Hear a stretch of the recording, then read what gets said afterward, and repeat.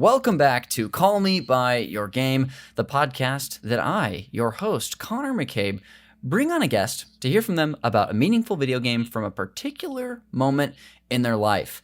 That's normally what we do here on the show, but here on episode 198, we're going to return to a favorite format of mine, the top 10 favorite games of all time format, where I'm joined by some sweetie pies to have them list their favorite games of all time, a task that no one finds difficult, and it's easy for anybody who is forced by me to do so.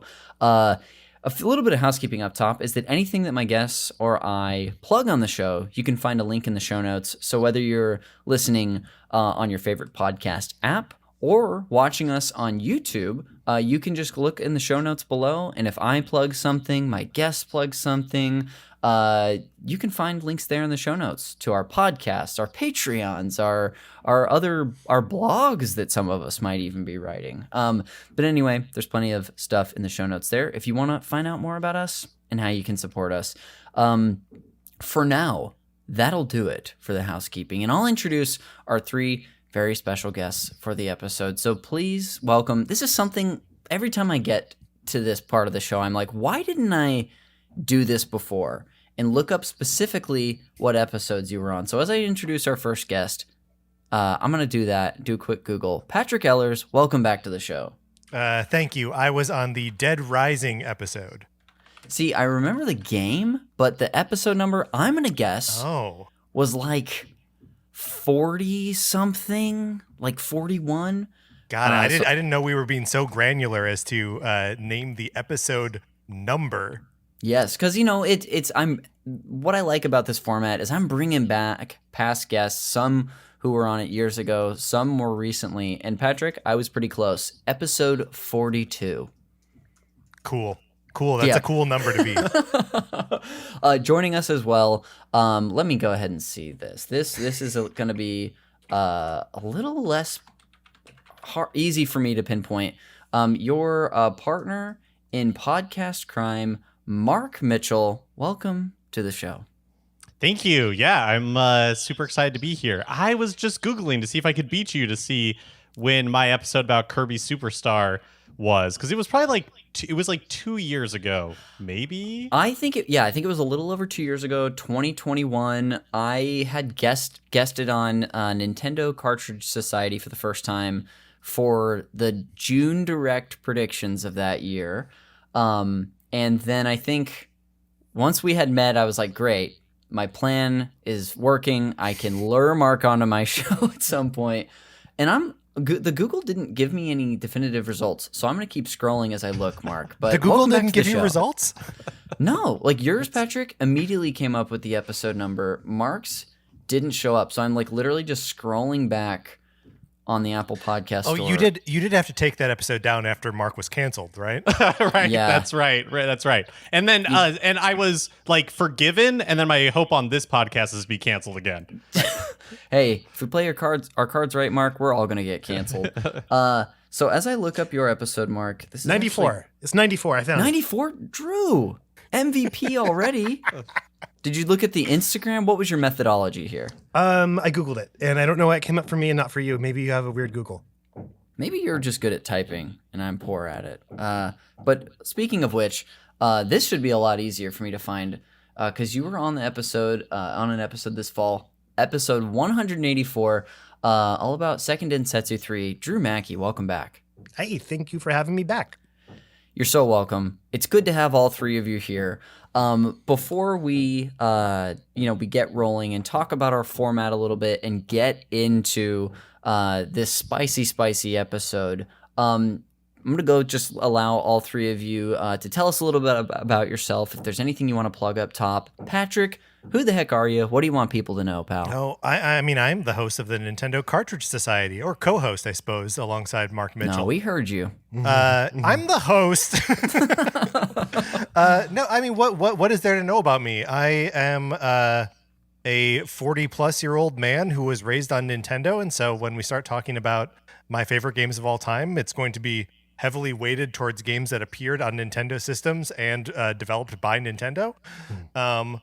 And I did an awful job of winnowing my list down. So I currently have a list of 20 games that I'm going to be shaving down in real time. Wow, this is a first. Because I don't know what to do. It's an impossible task. But Patrick, not that you have to promote this as well, but I believe you have a book coming out. I do have soon. a book coming out quite soon. Issue 1 of the Teenage Mutant Ninja Turtles source book is coming out on February 21st. It's like an encyclopedia for the IDW Teenage Mutant Ninja Turtles, coming out in 4 issues over the course of this year. And yeah, issue 1 is out in like a week. So I'm very, very excited. So if you are interested in the Teenage Mutant Ninja Turtles and what I have to say about summarizing what happened to them, go to your comic book stores and pre-order it. Fantastic. Mark Mitchell, I have heard that you also host a podcast. What else do you want to tell us about yourself? Oh, man. I would say something about me is that I used to be able to fold like my ears inside of my ears when I was younger. Like I didn't have like the cartilage in my ears was like so soft that I could kind of, I have AirPods in now, or I would like recreate the steps to do it, but the cartilage is hardened as I've aged, and so they don't like stick as well. But I could basically like fold it up and put it in, and nobody taught me how to do it. It was just something I was inherently born with, the skill to origami my ears inside my ear. You like didn't an go X-Man. to ear origami classes. No, yeah. I think, yeah, quite like an X-Men, like Drew said. Yeah.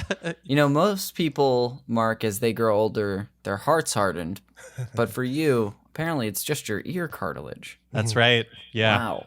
Well, Mark, the co-host of the Nintendo Cartridge Society podcast, glad you're here.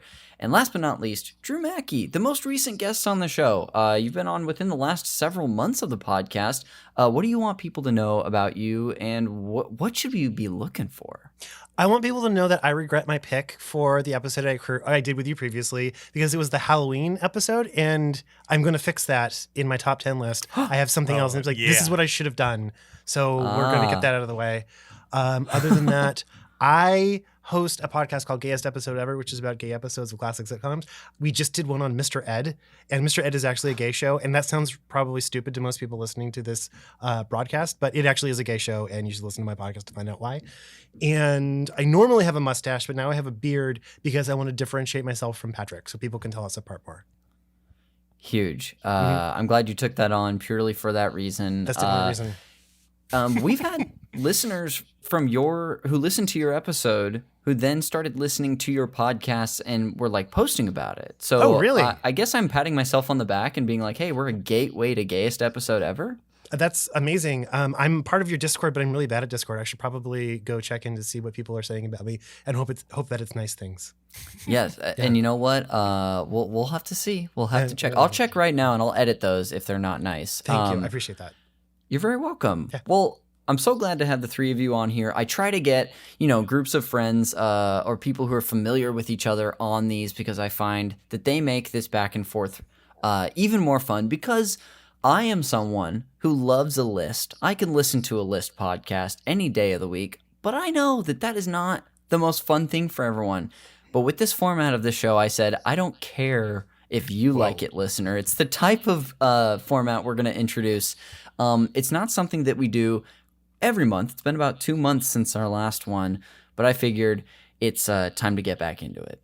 First and foremost, just for the listener, I'm going to do a little table setting. It's probably as close to the title as you think that this episode will be. All of us will be listing our top 10 favorite games of all time from 10 to 1 today. And there are no rules. I have definitely had guests in the past who have been like, Connor, some rules would have actually really helped me, and perhaps the panel here feels the same way. Okay. No, I mean, Great. if you had given us rules, then I would have known what to break. Yes, Does that make sense? Yeah. Okay, yes. Same. Exact same. Perfect. Well, there are no rules, and as we even go through my list, you'll start to see, I guess, some possible rules that people would consider. that are broken. Because the way that we always start these podcasts is that I list my top 10 first, just to show everybody how it's done. I'm a professional, and it's fun because since I started this format, my list has changed. So that's always a fun update for the listener. Do any of you have any questions about how this format goes, or any outstanding, just big question marks you have before we dive in? I'm scared, but Okay. yeah, that's it. I am also scared. Scared. Good. I was really hoping for that. Well, so Connor, you and I were talking about this on text yesterday, that Mark and I came on almost exactly a year ago today to do our top 9 Super NES games. Yes. And at the time, I had reserved 3 Super NES games, the Holy Trinity, as it were, of Mario World, Link to the Past, and Super Metroid, as they don't go on my list because they're not my favorite video games on the system. They are my favorite life experiences. Yes. Yes. And like just I listened back to the episode and we talked about a bunch of great Super NES games, and I was like, I could have done a list of this that's just Super NES games. Yeah. Mm-hmm. So like, every time I sit down to think about my list, like a definitive list of my 10 favorite games, I have like an existential crisis.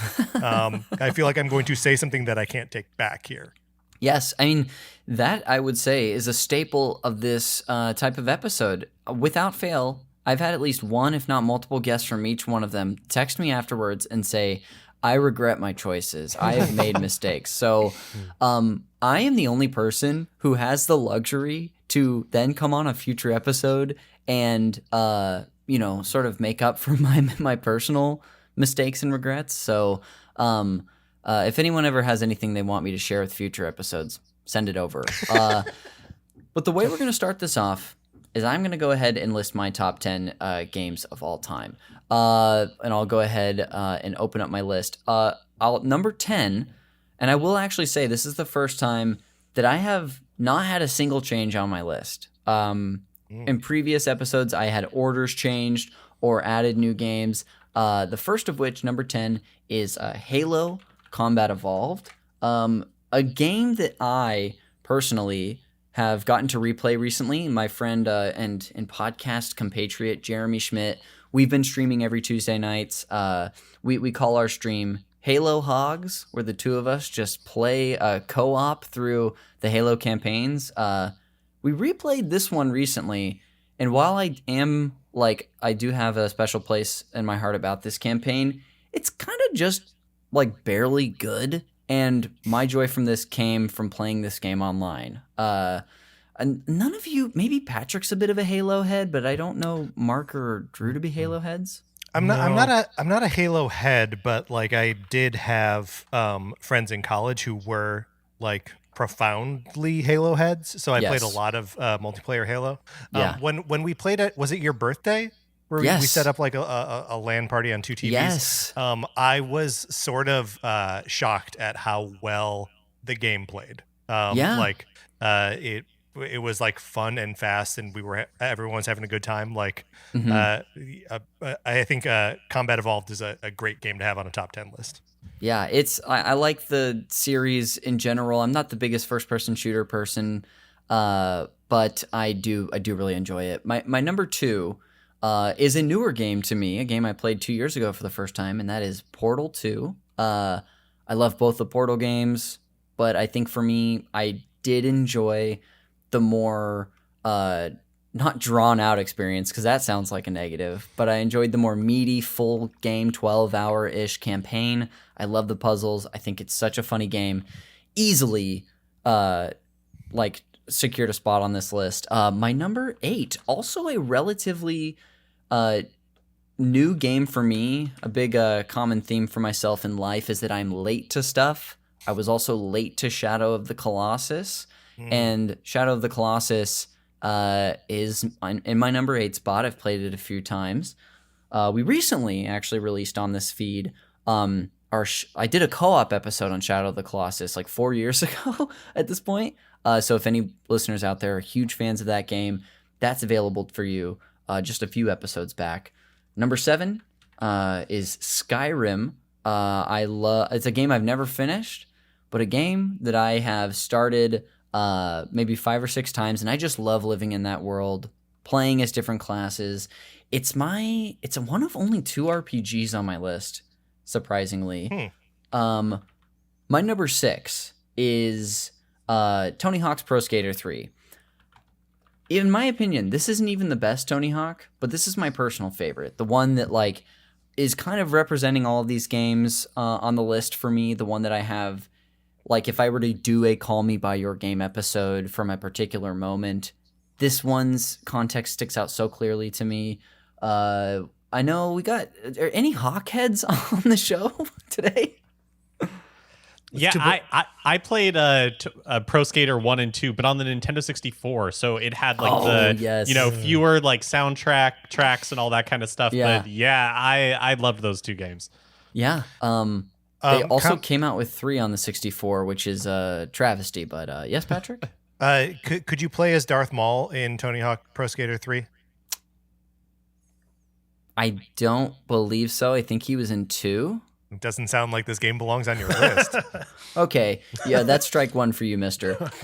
My number 5, a game I recently reconnected with, and it was one of those that was like, this list for me is primarily nostalgia, but my number 5 is Super Smash Brothers Melee for the GameCube, a game that I recently reconnected with because after doing a little video game Secret Santa, we decided to do a Smash Melee tournament. It was someone else's idea.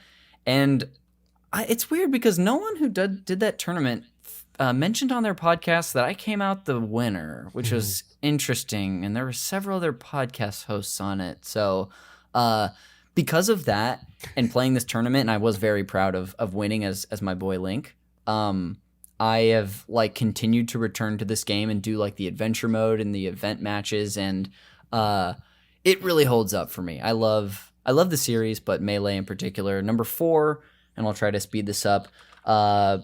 Probably my favorite RPG of all time, Pokemon Silver.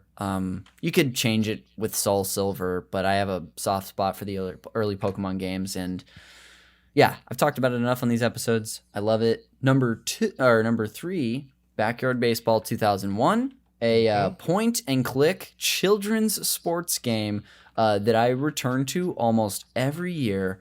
I love it. Shout out to Humongous Entertainment, Humongous Sports that no longer exist. My number 2, Super Mario 64. I really have nothing else to say about that game that hasn't been said already. And at the top of my list, folks, this is where I become a bad boy and let you know that we actually have a tie. This has been a tie since I finished this game. As I was playing it, this is my 1B.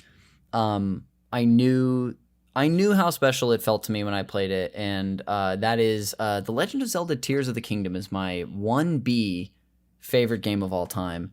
I never thought that another game could make me feel the way I did about video games, or even come close to the top game on my personal list, which is The Legend of Zelda Majora's Mask. So not only do I want to let everyone know that it's okay to have multiple games from a franchise on your list, it's also okay to have ties if you want to really just get freaky.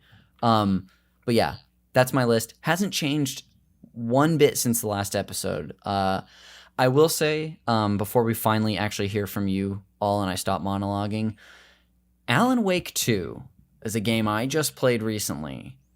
That game was knocking on the door of this list, and I couldn't quite knock any of these games off my top 10 to replace it, but I'll just say there's a chance that makes an appearance someday. I loved Alan Wake 2, thought it was a masterpiece, did stuff with games that like I have both never seen narratively, but also from a mechanic standpoint. I loved it. But yeah, that's my list. And we'll go ahead and finally start to do this. Mr. Patrick Ehlers. Yeah. As painful as it is, I'm going to start with you. And Okay. Your number 10. Can you tell us your 10th favorite game of all time? Okay, so thank you, Connor, for recapping your list. It gave me the opportunity to make cuts from my list. And, You're welcome. And put it in order. Ooh. So I can give you my number 10 on my 10 favorite games. of all time. Will we have an opportunity to do honorable mentions or please. near misses Absolutely. after? Okay. We'll make some time for that. Okay, great. Number 10, not the only Wii U game that's going to appear on this list, Super Mario Maker.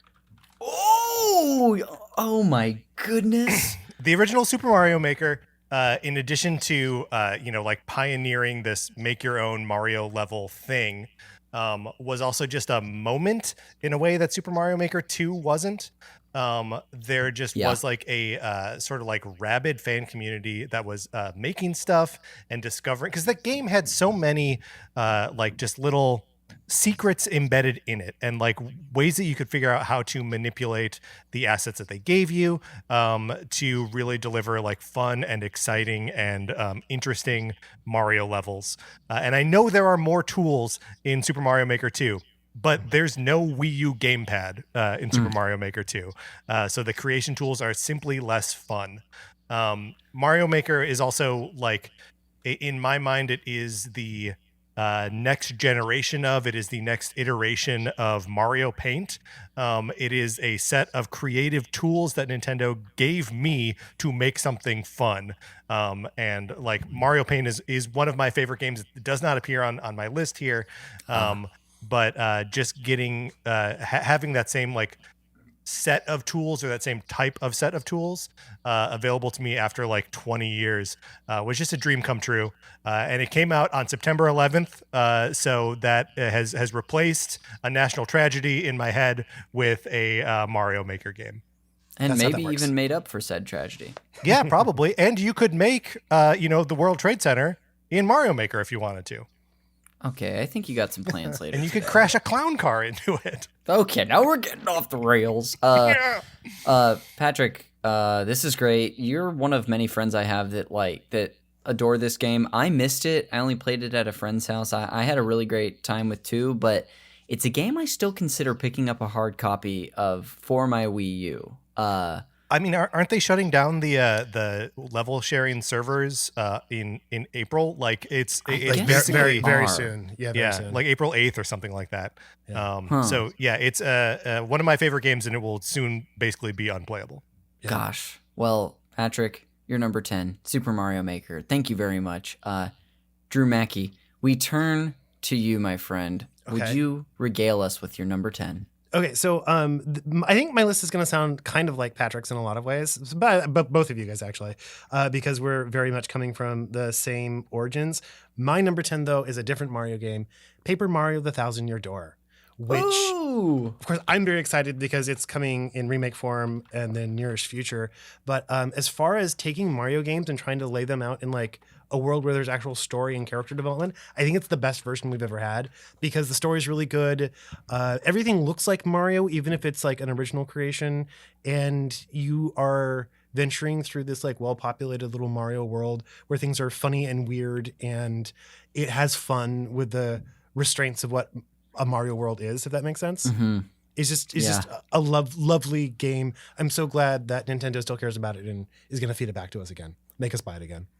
Yes, this game I played a bit when it came out. I think I only either borrowed it from a friend or rented it, and it held such a like prestigious spot in my mind. Like where some games I look back with nostalgia, and upon revisiting them, they do not hold up. This is a game that when I actually played it all the way through 4 years ago, when I finally got a copy, it was better than I remembered it to be. Yeah.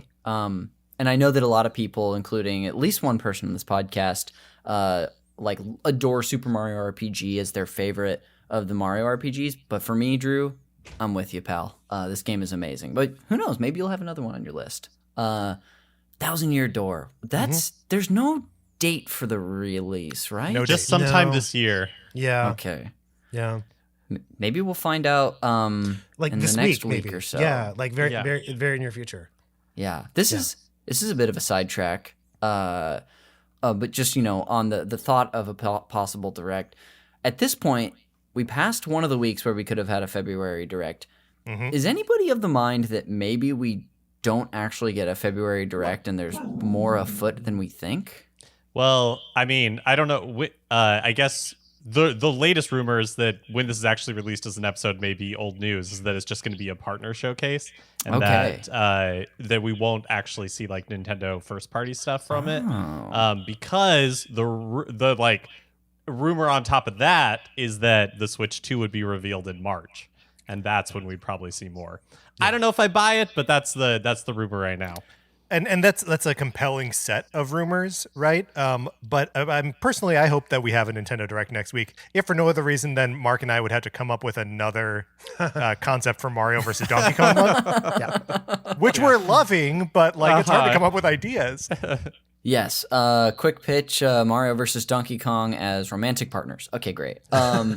Is that how you view romantic partnerships, as a versus situation? Oh, it's always one versus the other. Because we're all picking, right?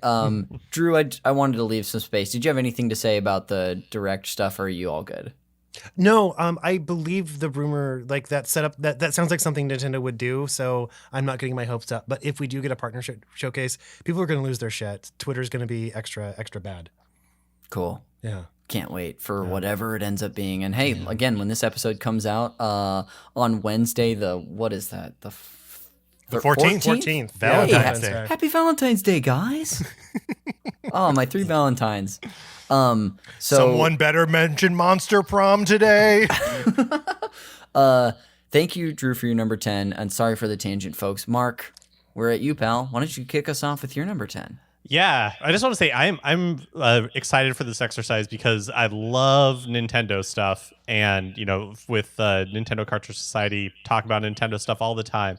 So it was kind of fun to go outside of that. All of that is like preamble to say that my number 10 is Destiny for the PlayStation 4. I guess it was available on like PlayStation 3 and Xbox 360 and Xbox One, but my list a lot is built around like social experiences because that's is very meaningful to me when I play video games. And so Destiny, I had never played a game like Destiny before. Like I'd played first-person shooters, but I wasn't that big into Halo. So this was my first, I would say, like real like Bungie game. And I never really played MMOs either. And so the idea of having like a raid and like working together as a team to complete a raid, and it's like really challenging, and you're up until like 3:30 in the morning, right? Trying to like get Sherpa everybody through this platforming section. I just really loved it, and I loved spending the time with the people that I was playing it with. And I feel like even though it wasn't that long ago, I guess maybe like 10 years, I'm in a different place in my life where I don't really have the time that I had then to dedicate to a video game like that. And it's just something that was really special for me. And so I never even bought Destiny 2. Like Destiny was my Destiny experience, and I really loved that game. Fantastic. Was this a game that you were anticipating, or did it come out and you tried it and you're like, oh, I'm in? I got a PlayStation 4 right around the time that it was coming out, and I knew people who had like a PlayStation 4 and were excited for the game. Cool. And so it just seemed like, yeah, like let's give it a shot. Okay.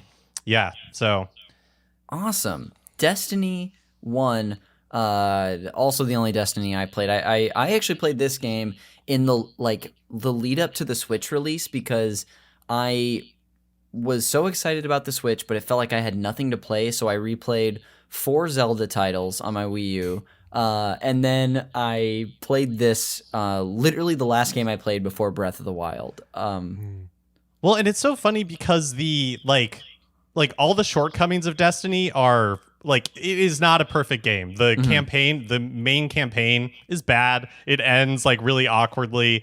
There wasn't a ton of content. And I think that's a problem that like continues with Destiny 2. And so you're like redoing the same raids over, or strikes or whatever they're called, like over and over and over again, with just different like small changes made on top of them. Like the enemy's super hard, so like all this kind of stuff. But it was just like at the time, there were all these strategies to like cheese really difficult bosses, and so you'd like huddle in a corner and shoot through an area where the geometry wasn't very good, and then Bungie would try to patch it. Like it was that sort of stuff. Like it really wasn't like, the game was fun. The combat is satisfying in a way that I guess like Bungie is really good at, but it really was like the social part of it that made that game special for me. That's great. Well, that's your number 10. Mark, we're going to snake right back to you, my friend, and hear your number 9. All right, my number 9 is Resident Evil 4, and specifically, I haven't played the remake, but specifically the Wii version, I think is kind of like the perfect version of that game. Partly because being able to use the pointer controls for headshots made it just a lot easier. But I love Resident Evil 4. I really like the Resident Evil series, but I've fallen off of it as of late. I didn't play 7. I haven't played 8, and I don't know, any of the remakes, right? No, I played 2. I played I played the remake of 2, which is really good. But yeah, Resident Evil 4 just has a special place in my heart. I think it's the perfect Resident Evil game before it went the older ones, even remake, I have a hard time going back to with the tank controls and everything. And then I guess by newer, they're all over a decade old at this point, but Resident Evil 5, the series just changed. Resident Evil 4 is such an inflection point, and I feel like it threads the needle between classic Resident Evil but still modern in a way that the later games were never able to capture for me. But I absolutely love Resident Evil 4. That the Wii version was one of my last 2 purchases before the eShop shut down. That and the Metroid Prime trilogy. So I can't wait to play it someday. Mark, that was awesome. Resident Evil 4. Drew Mackie, we're back to you for your number 9.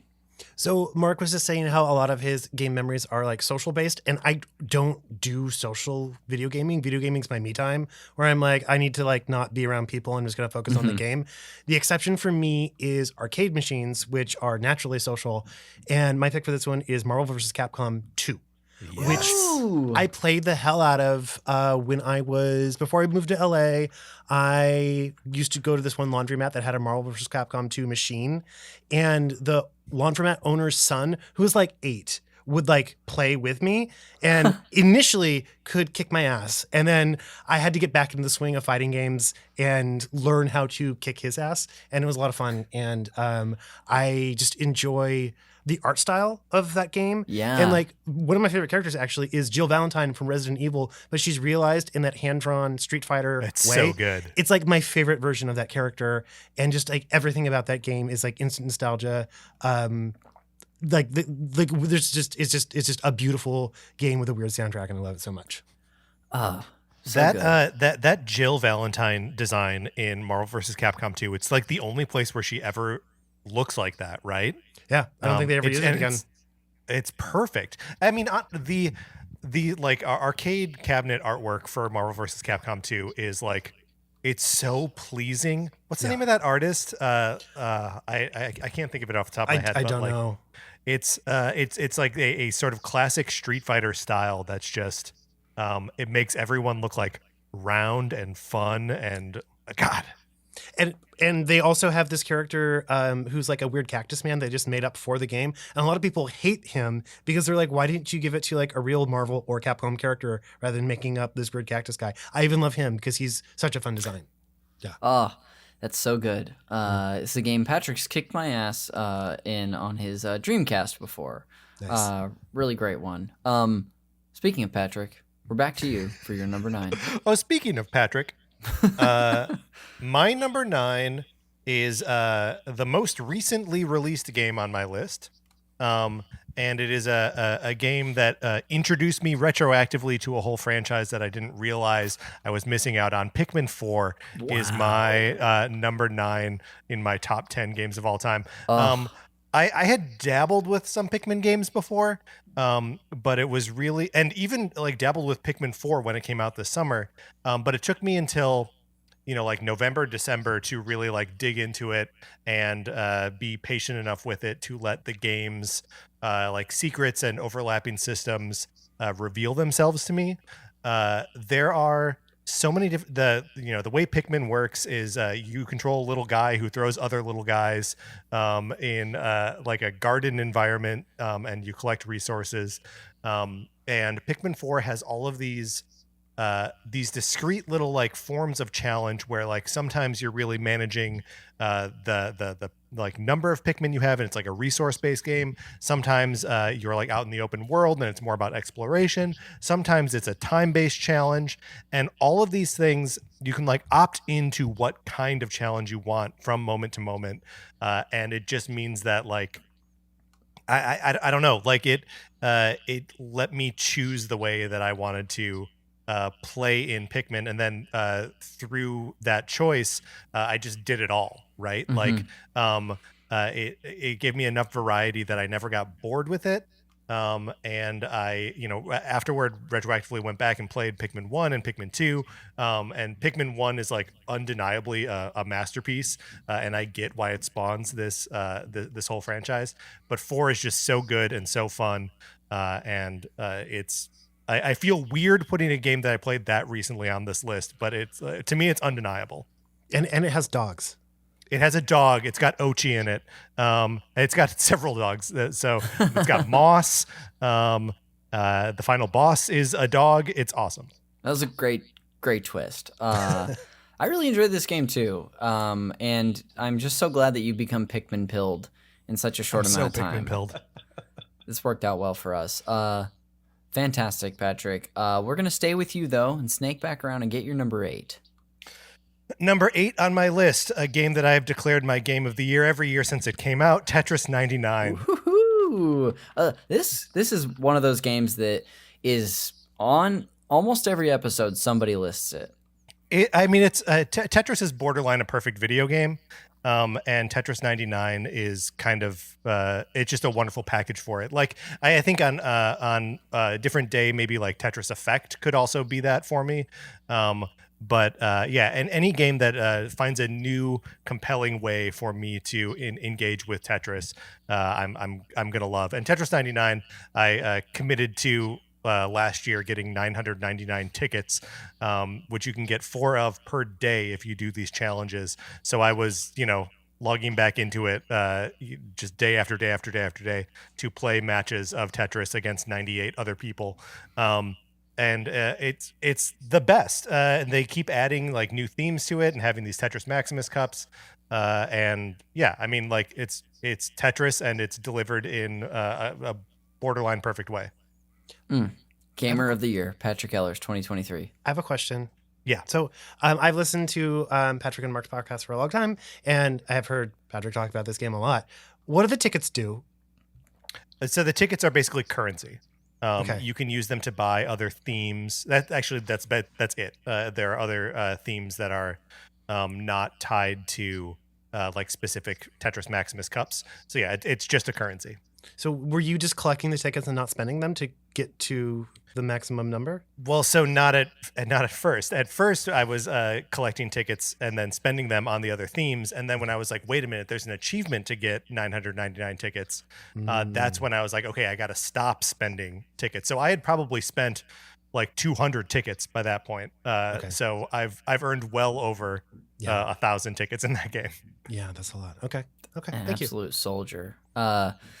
I had a few predictions for your list, Patrick. This is one of the games that I thought would be on here, so I'm very happy to hear it. It has to be. It has to be on here, yeah. I've got like at least 2 that I think are guarantees, but we'll see once we get there. Drew, how about your number 8? My number is the highest ranked Final Fantasy I have in my top 10, and that is actually Final Fantasy Tactics, because I love the Final Fantasy games. I've played all of the ones that have been.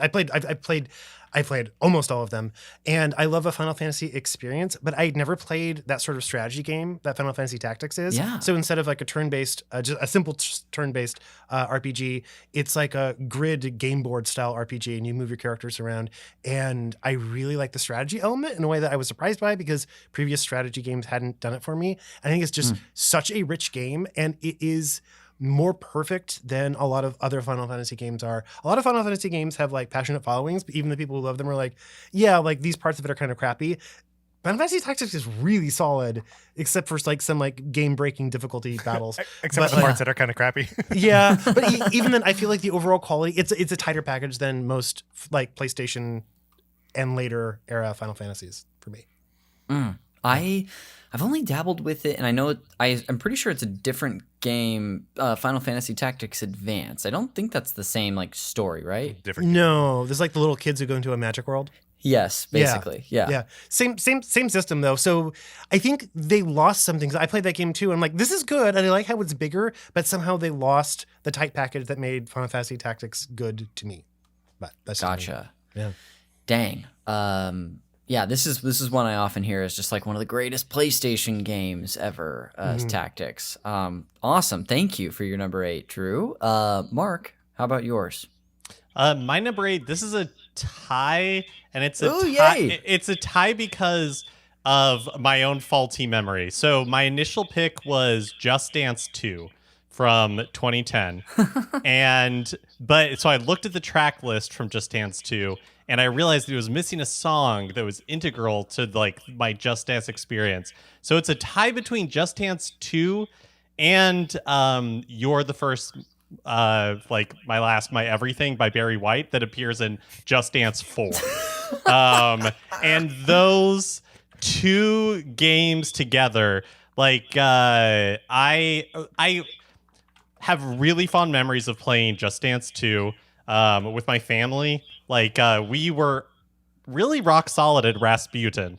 And and so that was just like something like I have memories of playing it with my family. And you know, when I was younger, I was really young and we got a Nintendo Entertainment System.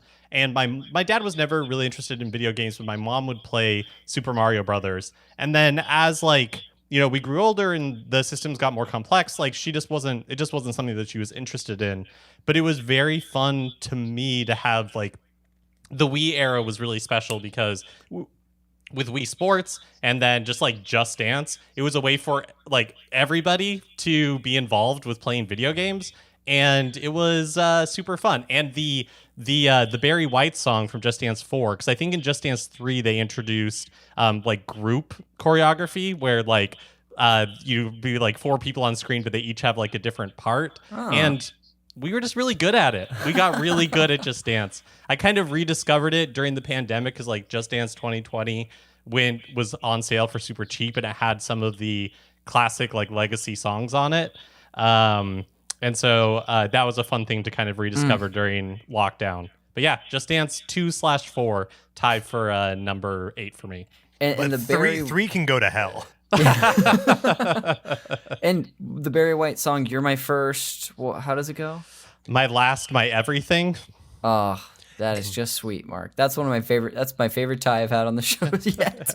I was thinking about this song this morning because someone mentioned Ally McBeal, and that song is used to really good effect in Ally McBeal. There's a really good dance sequence to that, and I'm delighted that this would come up twice in a day when I haven't really thought about it in forever.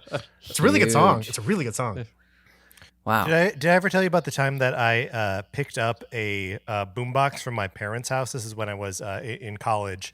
I needed a boombox for something, and I think I was like around for the weekend, and so I grabbed their boombox and brought it back to college with me. And there was one there was a CD in there that was unlabeled. It was like a burned CD, and it was Barry White's Greatest Hits. You know what that music's for, Patrick. I do. I do. Yeah. Your parents are like, after that time, something changed in our relationship. It's the funniest part to me is that like they must have like burned it and then like felt I don't know, like some sort of shame around having it in the house. Right. Yeah. That's obviously. So funny. Well, let's reconnect with your parents and let's help them get rid of that shame, Patrick. What do you say? Sure. Mark, that's fantastic. We're going to stay with you, though, and get your number 7. My number 7 is Phoenix Wright Ace Attorney, which is a like visual novel adventure game. And I love this series. It's because like I played it on the Nintendo DS when it was first released in English for the first time, and it's the first like visual novel adventure game that I had ever played before. And so I love Phoenix Wright. I love the characters. Like I love that whole world, but I also just love it for introducing me to those like visual novel adventure game type games. And I've like grown to really love them and enjoy playing them when I get the chance.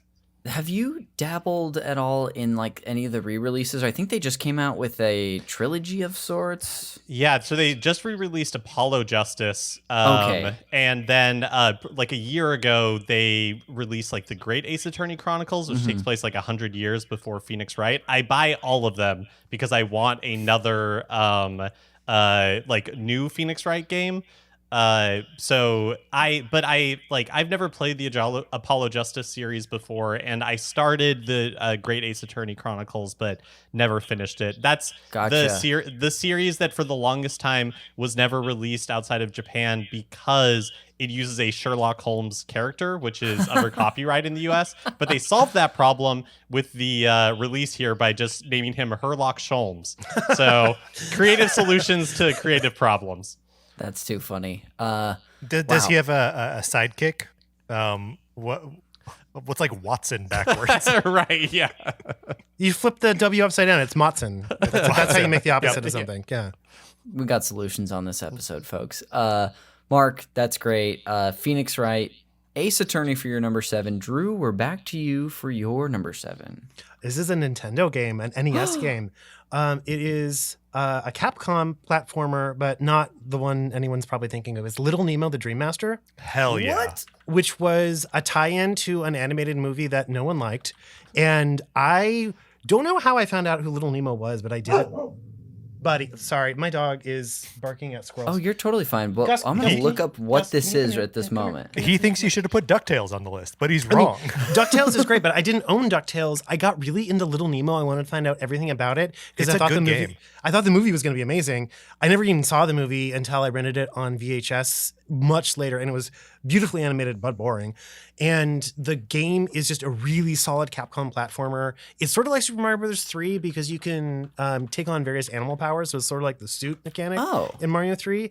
But like, just imagine like Mega Man or DuckTales or any Disney platformer, that style of platforming action, but like hard. Like it is a very challenging game. It took me forever to beat it, and it's just well done. It's like well done in the way that everything that Capcom put out on the NES was well done. But Beautiful sprites in that game. just so good. Really good music by Yoko Shimomura, Yeah. who's the composer behind all the original Street Fighter songs and Super Mario RPG. What hasn't Yoko made an amazing score for? She must have made a bad sounding game at some point, right? I just don't know what it is. Maybe at someone should some tell me. point. Yeah. Gosh, that's great. Little Nemo, the Dream Master. I should have like sort of like sound stinger when certain events happen on this show. Like I just learned about a game, and I feel like I need for the future to have a stinger for that moment of revelation. So Drew, thanks for introducing that to me. Yeah, You're welcome. I've never heard, like, I don't know this game either. It makes me, I'm We've going to go never look it talked up. about it on the show. I don't think so. It got Nintendo Power pushed it kind of hard back in the day, so it got support from like Nintendo corporate, but because the movie was so unsuccessful, it just didn't really have legs, and it's sort of fallen by the wayside. But it is a solid game. Dang. Yeah. Well, that's your number 7. As I barely can pronounce it, Little Nemo, the Dream Master. Speaking of number 7s, Patrick, I bet you've got a number 7 on your list. Oh, you bet I do. My number 7. This is not a tie situation, but it is sort of 5 games. This is the Shovel Knight Treasure Trove. There are many games from the Treasure Trove that I could consider as worthy of going on my top 10 list. The Shovel of Hope scenario that it launched with is an almost perfect platforming game, but so too are Spectre of Torment and King of Cards. It's just a throwback style platforming game. And depending on which of those scenarios you're playing, you get to sort of mix in like the game at like its baseline is sort of a Mega Man game, sort of a sort of Super Mario Brothers 3.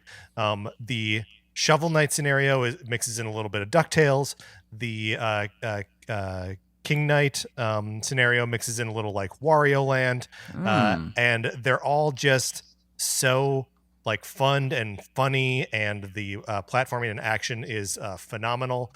There's Shovel Knight Showdown is tucked away in there. That's like a sort of platform fighting game, using all those characters.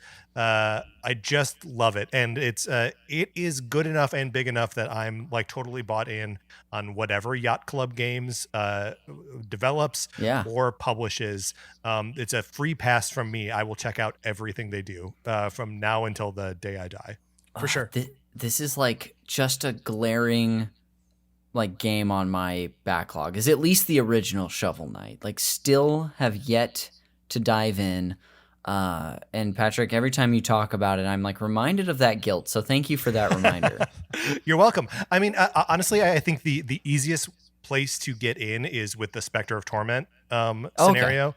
Because the mobility in that is so like fast and fun, and like it feels like a little bit like a Ninja Gaiden game on NES, but is like faster and more fluid and like less hard also. Yeah, definitely less hard. Yeah. And like its deployment of the game sense of humor, I think, is the best because it's tinged with this like super tragic backstory for that character. Dang. Well, that's your number 7. How about your number 6? My number 6, I didn't have this when we started, but I'm putting it in now. I'm putting in a two-way tie for 6th place. Games that are totally unrelated to each other. So the first is going to be Super Metroid. Ooh, baby. Which I had a tough time. Like I knew I needed to have Metroid representation on this list, be it Super or Dread. Like I knew one of those was going to go on here, but I just have too many childhood memories associated with Super Metroid. And it's Do they have missiles in that one?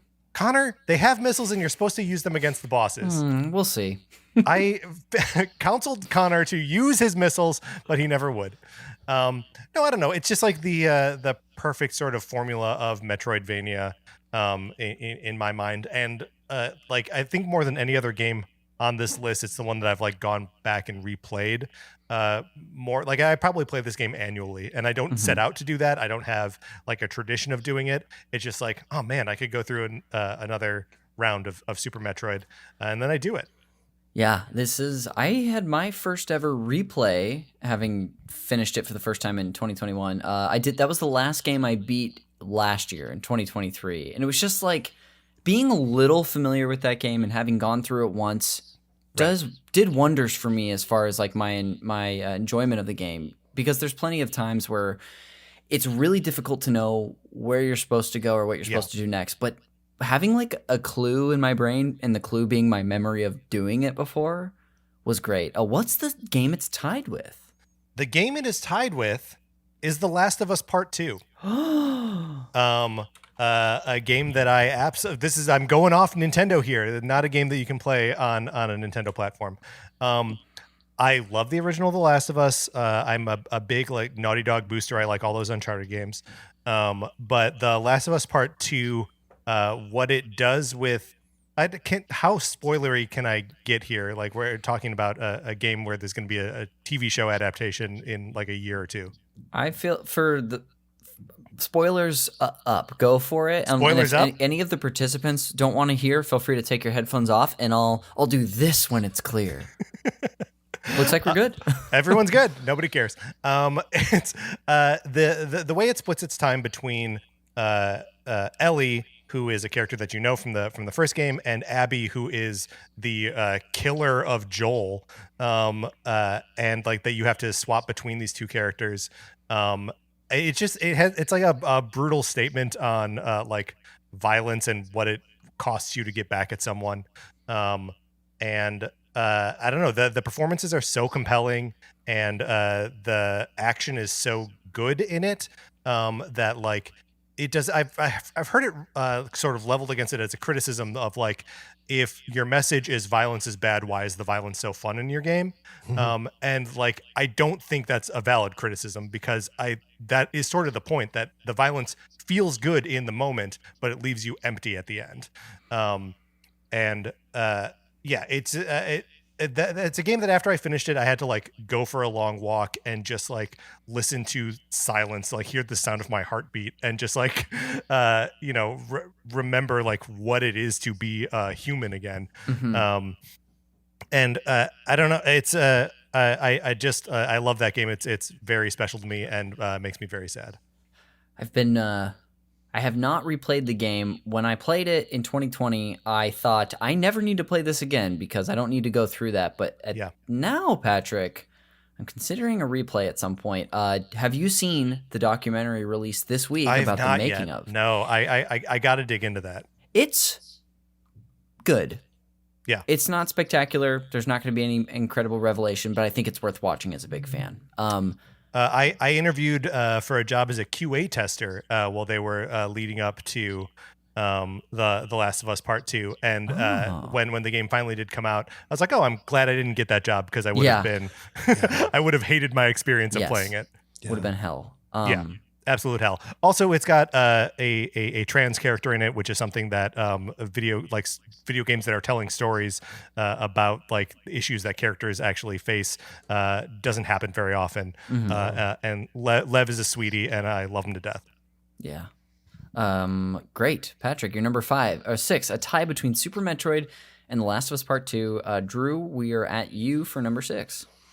My number 6 is a weird, quirky personal favorite, but it's Samurai Showdown 2 for the Neo Geo, specifically because I always liked Neo Geo fighting games. I played almost all of them, and I'm like not sucky at them, and I enjoy the art style of it, and I enjoy how they're different from Capcom fighting games. But I was skiing with my family, and I like took a really bad fall and hit my head, and I was like, that's it. I don't think I'm ever going to ski again, and I haven't.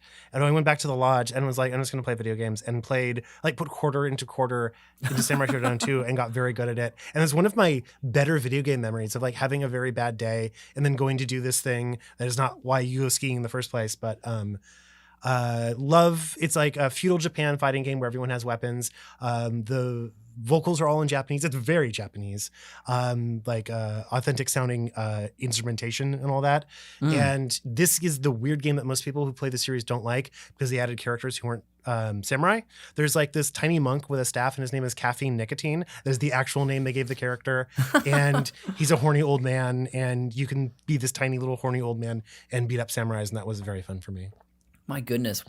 If you were to compare it to, because I'm not super familiar with the Samurai Showdown series, is there another fighting game series that it feels or like appears to look like? Like sort of like Soul Edge, Soul Calibur, where it's like, except more Japanese focused. There are a lot of non-Japanese characters in this game, but like that drawn in a Fatal Fury style, sort of, Yes. and like just like appealing to the world's inner Akira Kurosawa nerd, basically. Gotcha. Yeah. Samurai Showdown games also, a couple of the characters have pets that fight alongside them. So like there's that dude with the dog, and then there's like a falcon too, right? There's a bird girl. There's the Galford, the blue-eyed samurai who has a dog who I like to play at because dog. And there are others. There's in the second one there's a cat girl who fights with a giant boomerang, and she has a pet monkey. Awesome. Yeah. What more could you want? Like I get to be a cat girl and I have a pet monkey and I still get to kill people. Great. I love that. Just dreams being realized. Really, as yes. You play that game. Better than hitting your head on a tree because you like skidded on ice and could have died. Yeah. What a nice redemption for that day. And I've never been skiing again and don't intend to. Forgive me for asking you this again. You're from the Central California, Drew? Basically, yeah. Yes. I'm sure we didn't grow up going to the same mountains because we're from a few hours away, but it just has my brain spinning now. This is Dodge Ridge. Have you ever been to Dodge Ridge?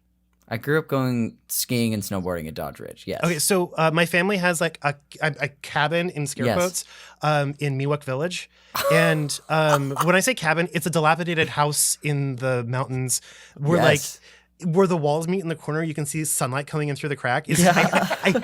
I hate this place so much, and I haven't been in 20 years because the only reason to go there was to go skiing, and I don't need to do that anymore. So yeah, I just play video games instead. My family also, for like a 5 or 6 year period, had a cabin in Miwok Village. We're just connecting dots here. I'll ask my parents the street later, and then I'll message you. But love these connections. That's so funny. Mark, hey pal, Hey, how about your number 6? my number 6 is actually even in this moment, He's waffling. I'm torn between two games because both in the same series. I think I'm gonna go with the Beatles Rock Band. Oh, I think I'm really torn between just regular Rock Band. That's what I had on my list initially, but I knew the discography of like the Beatles so much better than like some of the songs on like a lot of songs on Rock Band I didn't have that familiarity with. Sure. And Right. so the Beatles Rock Band, man, I was all in on the era of plastic instruments. Like I loved Guitar Hero 3. When Rock Band came out, like that was awesome. It was so much fun to be able to like play it with friends, play it with family. Like I really loved Rock Band, but specifically the Beatles Rock Band because it was something that like was kind of cross generational. And so I understand why that era is no longer with us, but I do admit to missing it a little bit. If somebody I knew owned the things to play, maybe that person should become me. Maybe I should own the things to play Beatles Rock Band. But I wish you could do that. Yeah, I wish. That's doable. Because I think that was such a fun social experience, and we're just such good games. Yeah. I loved Rock Band. What was your instrument? I mean, I was never great at any of them, right? Like with guitar, I could never go above whatever medium difficulty was. Once you introduce more than I think like 3 notes, it was too much for me. Like drums, I'm not like a super musical person, so I could dabble in all of them, but being able to like master it was never something that was very important to my experience. The The fact that only you could difference between you two. You're the not fact that you could musical. find enjoyment in this game despite not being musical says a lot, I think. You know? Yeah, totally. Especially that value of that like social experience. Well, I'll also say before we get to your number 5, Michael Hearn, future guest of this format, if you're listening, Mark is going to be stealing your Rock Band instruments quite soon. Now, does Mark, he have? Is he like he has the That's setup for it? I played he had like a Rock Band birthday in 2021, and Amazing. it was awesome. Yeah. That's such a good idea. Mark, how do you feel about the drum set? The difference in the drum sets between Rock Band and Guitar Hero? I never owned the Guitar Hero one, so like when it became like Guitar Hero like World Tour and stuff, I feel like you had to choose a side because apartments were only so big. You could only have so many plastic instruments. And so could you use them across? I honestly can't remember. No, I mean the drums you couldn't because the Guitar Hero had 3 toms and then like 2 little snare pads, or not snare pads, cymbal pads, and the Rock Band one was just 4 pads. Oh yeah, never. I don't. I'm sure I played at some point the Guitar Hero ones, but I never owned it for myself. Dang. Mark, And the biggest crime is you couldn't use DK bongos as drums on either here one. we go again with this DK Bongos propaganda. Mark, how about your number 5? My number 5 is Final Fantasy IX.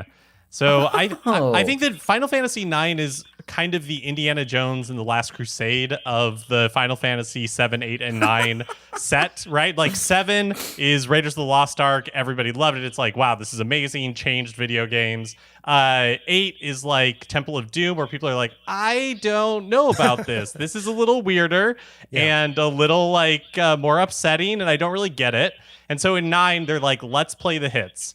And I actually think the metaphor falls apart a little bit for me because I like Raiders of the Lost Ark is clearly the best Indiana Jones movie, and while Last Crusade is good, I personally like Final Fantasy IX more than I like 7, and I think it's because for me it is kind of like a it feels like a finale. Like after Final Fantasy IX, Final Fantasy changed, and it feels like taking so much of what people, it really is like playing the hits, like so much of what people liked from the great Final Fantasies of the past and representing it in this like new it's like the last on the original PlayStation.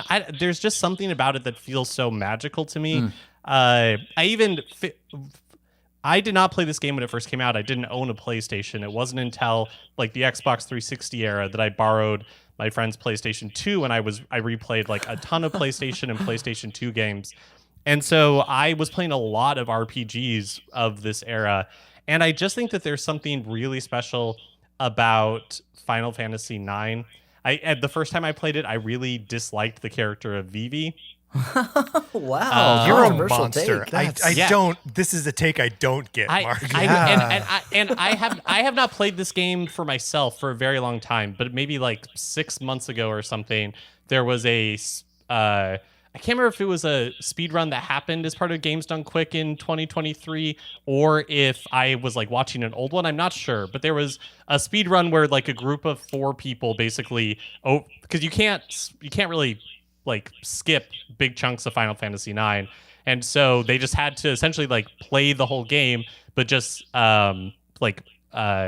use what am I trying to say? Like use their resources as optimally as possible. Yeah, like efficiently as possible.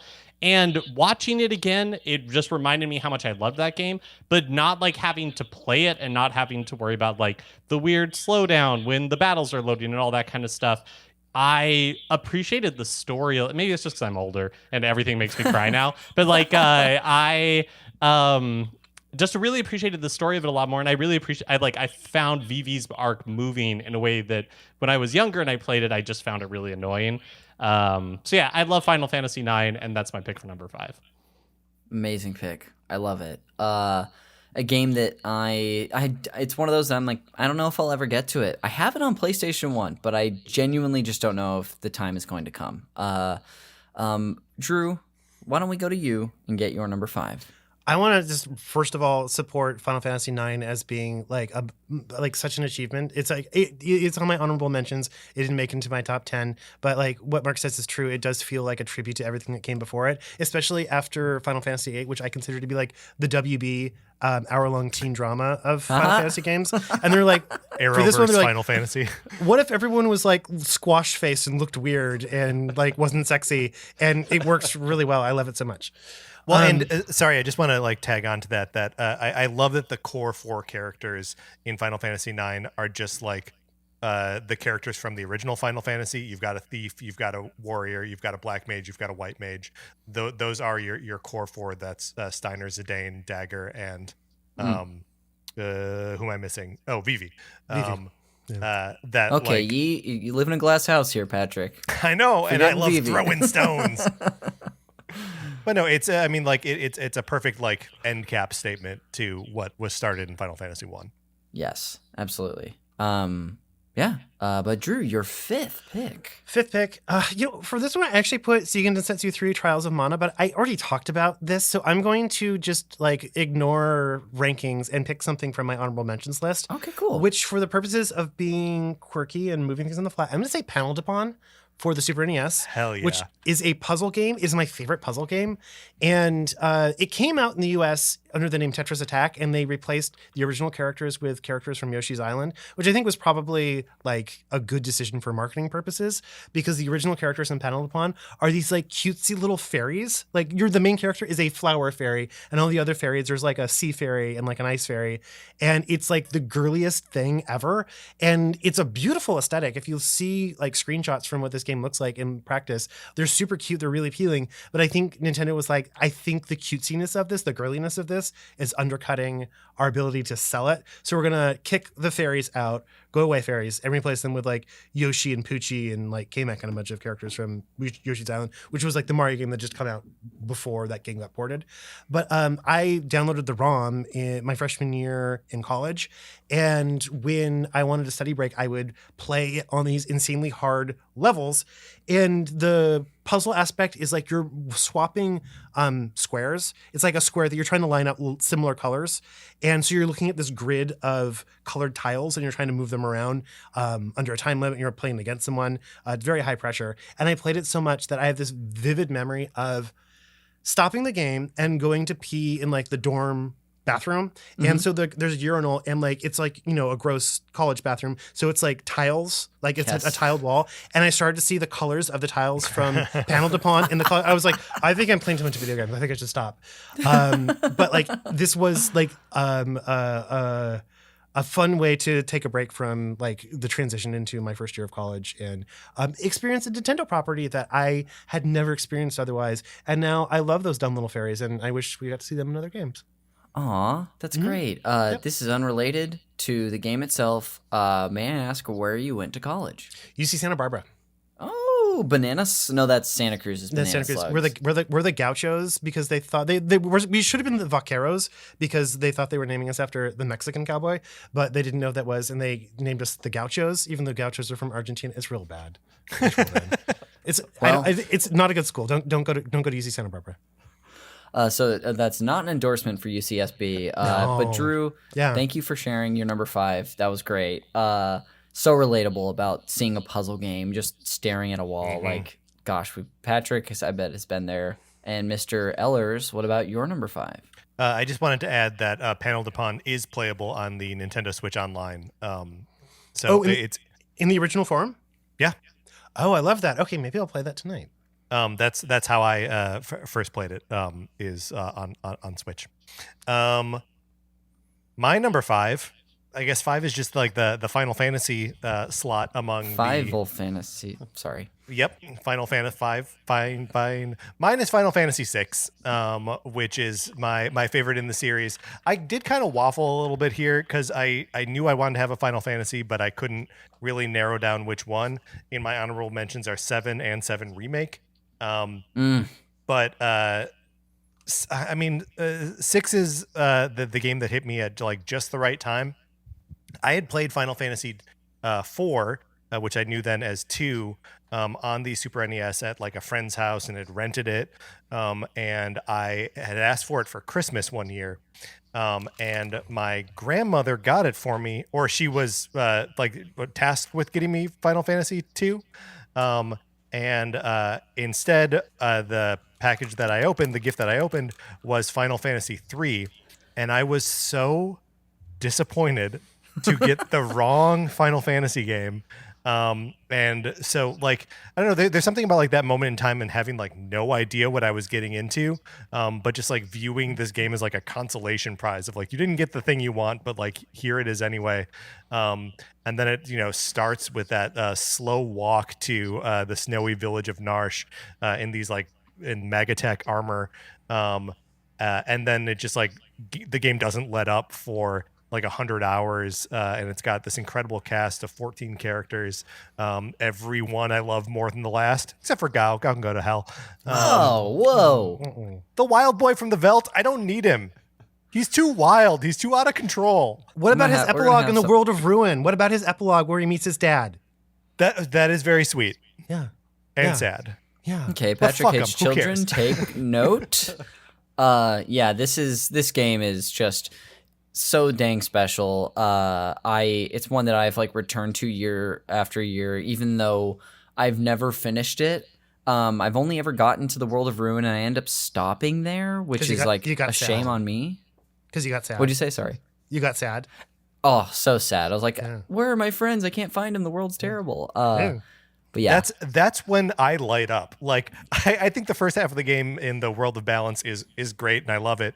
But when it gets so sad, and with the one character that you're with after the world ends, Celeste, if she doesn't you rescue the old man Sid that saved her, she tries to throw herself off a cliff and commits suicide. And like as a 12-year-old kid or whatever, I was like, yes. gosh. It's like I just wanted to live in that sadness. And it's one of the things that I like about Final Fantasy VII as well, that like the characters are just like fighting against otherworldly evil, and the world fucking ends anyway. Like there's something very appealing about that to me, that like the world may end, but like we're fighting against it together. And I feel like 6 does such a more powerful job of that for me than to me than Seven does, because the cast is so much bigger and because you have so much agency in how much of them you reassemble in the world of Ruin. Yes. So good. That's your number 5. How about your number 4? My number 4. Okay, this is a cowardly move on my part, and I apologize. Hey, I'm familiar with these. This is a cowardly move. My number 4 is a tie between The Legend of Zelda: Breath of the Wild and The Legend of Zelda: Tears of the Kingdom. Ooh. I don't know how to separate these games in my mind. No, I think that's fair. I have more than other things you could tie. Like your last tie was just unreasonable, but this tie makes sense to me. And I don't. I mean, what is there to say about Breath of the Wild or Tears of the Kingdom? They're just such hugely open games that allow you to. They're the Switch embodied in a video game, as far as I'm concerned. Like the promise of the Switch was play games however you want, wherever you want. And it's insane that it launched with a game whose mission statement was the same. And then Tears of the Kingdom just did that better and with more stuff and had a better executed story. I mean, I will remember my first playthroughs of both those games. Even though I've logged like 100+ hours in each one, it feels like those are my memories of playing those games are like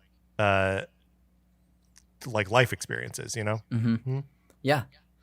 Absolutely. I've got Tears on my list. It's my 1B. Breath of the Wild, who knows, could have been there. And yeah, that was like, it's hard. As much as I do prefer Tears, it's impossible to ignore that, like, it is standing on the shoulders of Breath of the Wild, while I think it still continues to innovate like Breath of the Wild did. But it doesn't happen without that. So right. Well, and there's also like there's nothing quite like the couple days after Breath of the Wild came out, when we were all like seeing pictures that people were sharing like from their gameplay and be like, where did you get that outfit? Where were you?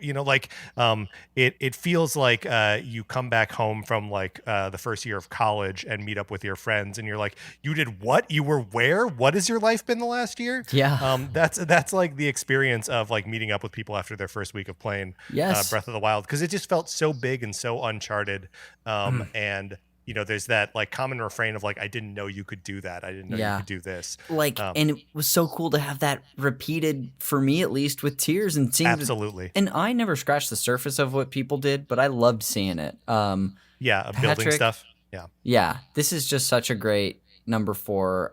And I will be judging the rest of these from here on out. Drew, how about your number 4? There's an animal loose in your house, right? Yeah, she's actually over here right now sniffing my Lucas amiibo. Nope, she's down here. That's Daphne. I don't know if you met on our previous podcast. No, I would have remembered a Daphne. I just wanted to make sure you knew. Yes. Okay. Thank you. Although interesting tie-in, because my number 4 is actually Earthbound. Oh, what an all-timer. Mm-hmm. Tell me about what you think about this game. So Earthbound is the game that gives us Ness, who I think most people know from Smash Brothers, and to a lesser extent Lucas is also there. Mm-hmm. But I got really sick in high school. I don't remember what it was. I was just out of school for like a while, and the doctor told me I had to like lay low. And my mom's like, here, I got you this for like, I don't know, your birthday or Christmas. And I didn't give it to you because like it got lost in the shuffle. And it was Earthbound, like the big box Earthbound has the player's guide inside it. And it was like, oh, I will play this. And like rode out being sick, getting into Earthbound, and then continued to play it like probably my junior year in high school. Mm-hmm. And it is such a great RPG. It is so weird. It is one of the weirdest things Nintendo has ever done. The only thing weirder than making Earthbound is bringing it to the United States and like illegal Beatles samples and all. And it is this trippy game that is sort of making fun of America, in that it's like a Dragon Warrior style RPG, but set in basically America. And it's a Japanese person being like, this is what I think America's like. And it's very funny and it's very weird. And at times is very emotional and very sad, and is one, like, Weird Nintendo is my favorite Nintendo. And I think Earthbound is a really good example of how weird Nintendo can get and still like put out like a really solid game. Yeah. This is one that, I was kind of a classic kid, only knew NES from the original Smash Brothers. Yeah. Never attempted to play. I think I had tried Earthbound on an emulator at some point in my life, but just couldn't get into it until the SNES Classic fell into my life. And like that, either that or Mother 3 are also both honorable mentions for me. Like, just so special. Wildly, I've never played Mother 3 because I have always been told that like emulation doesn't get you quite to where it should be. Like the emulated version isn't what it would have been like playing on a proper like port on Game Boy Advance. And I was always in my head just waiting for Nintendo to release Mother 3. Yeah. And of course, I've never played it as a result. And maybe I should make myself do that one day. But I highly recommend it. I played it the beginning of last year for the first time, and I prefer it slightly. They have different strengths, I think. Patrick actually has my translated, my fan translation copy. That's right. But hard recommend if you like Earthbound, Drew. and you played it on what? I played it on like a fan translated GBA cart on my analog pocket. That's so right. I tried to emulate that experience. Okay, so yeah, I learned about the existence of this system, I think, through NCS talking about it. And I was like, well, that sounds like something I should want one day. And if I had more time to play video games, I probably would have sunk it into that by now. Yes. But I owe it to myself to experience this like other classic. Someday. Yeah. Well, that's wonderful. Mark, we're back to you for your number 4.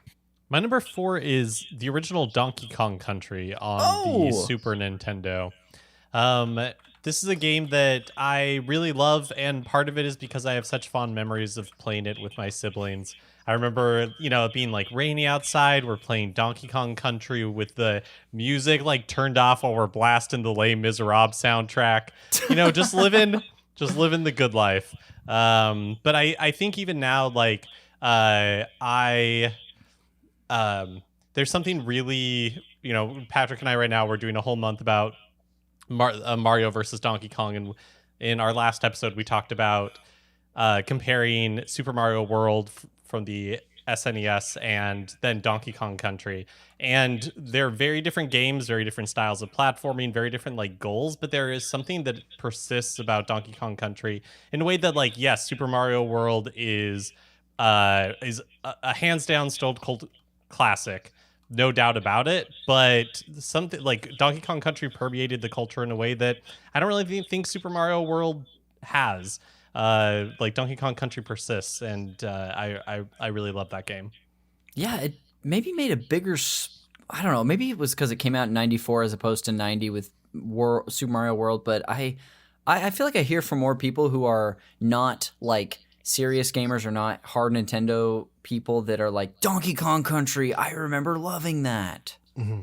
It certainly helped that like Donkey Kong Country, when this game came out, was inescapable. Nintendo was a little bit of little in a corner, and so the marketing blitz for Donkey Kong Country was truly out of control. And so it was inescapable, I think, in a way that even like Super Mario World was not.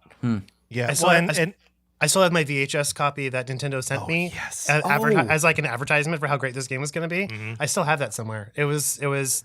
I never got a VHS from Nintendo otherwise. Goodness. You didn't get the Star Fox 64 one from like a year later? I didn't get that. I only got Donkey Kong Country. Mark, you and I were talking about this on our most recent episode of NCS, but Donkey Kong Country also at that time looked like the future. Because it was using those pre-rendered graphics and like turning them into sprites. And so like it made everything else on Super NES or Genesis look like it was from the Stone Age. And it's laughable now because like you look at it and you're like, oh God. But yeah, it looked like it was from out of time. Yeah, agree. Fantastic, Mark. Number 4, what an iconic game. How about your number 3? Oh, wait. I also wanted to just jump in to say, Mark, that was your number 1 Super NES game on the episode that we did with Connor and Jeremy a year ago. Yeah, I mean, that checks out. I don't have a Super Nintendo game higher on my list today than So we know Donkey he tells Kong the Country. truth. That's important. Okay, so my number 3, top 3 I really struggled with. Well, I knew the games, struggled with the order, but my number 3 is Super Mario Brothers 3. And it is one because it is a game that I find endlessly replayable. That is definitely probably like my most played Mario game.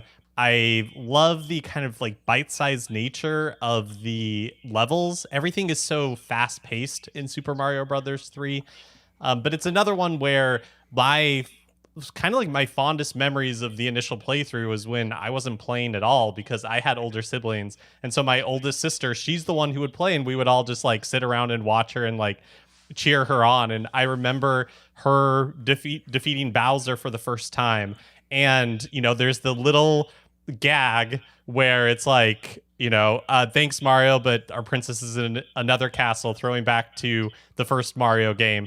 And all of us totally being taken by it. We couldn't believe it until the ha shows up on the screen. It's so slow. The laugh is ha ha. Not how anyone's ever laughed. Not a real laugh. And that's just like a priceless memory for me. I love Super Mario Brothers 3. The hype when it was coming out, the McDonald's toys. It was probably like the first. I was old enough at that point to like, we didn't get Nintendo Power or anything like that, but by existing in the universe, I knew that Super Mario Brothers 3 was a big deal. And seeing I really the wizard in the theater. No, didn't do that, but really love that game. Gosh, that until I think last year was my personal favorite 2D Mario, and because it was the one I fascinated about growing up. I had 1 and 2, but my family that we would visit in St. Louis had 3, and I couldn't believe how good it was. But World has unfortunately, I guess for you, unfortunately, Mark, who cares? World has supplanted it to this day. He's got 2 more slots. World could appear again. Well, no, because Donkey Kong Country is my highest rated Super Nintendo game. Yeah. Drew. Wait, can I ask a question about the end of Super Mario Brothers 3? Within the canon, within like the world diegetically, how does Peach know to make that joke? I assume the Toads told her after the fact. They're like, "Oh, we kept telling him, not here, keep going." They must have told her. Yeah. Is Peach? I honestly can't. Is Peach is she saying it, or is it just like an omniscient like narrator? No, she's saying it. She's making it. It's the only time she's ever tried to be funny in her life. Now that's how you princess. Yeah.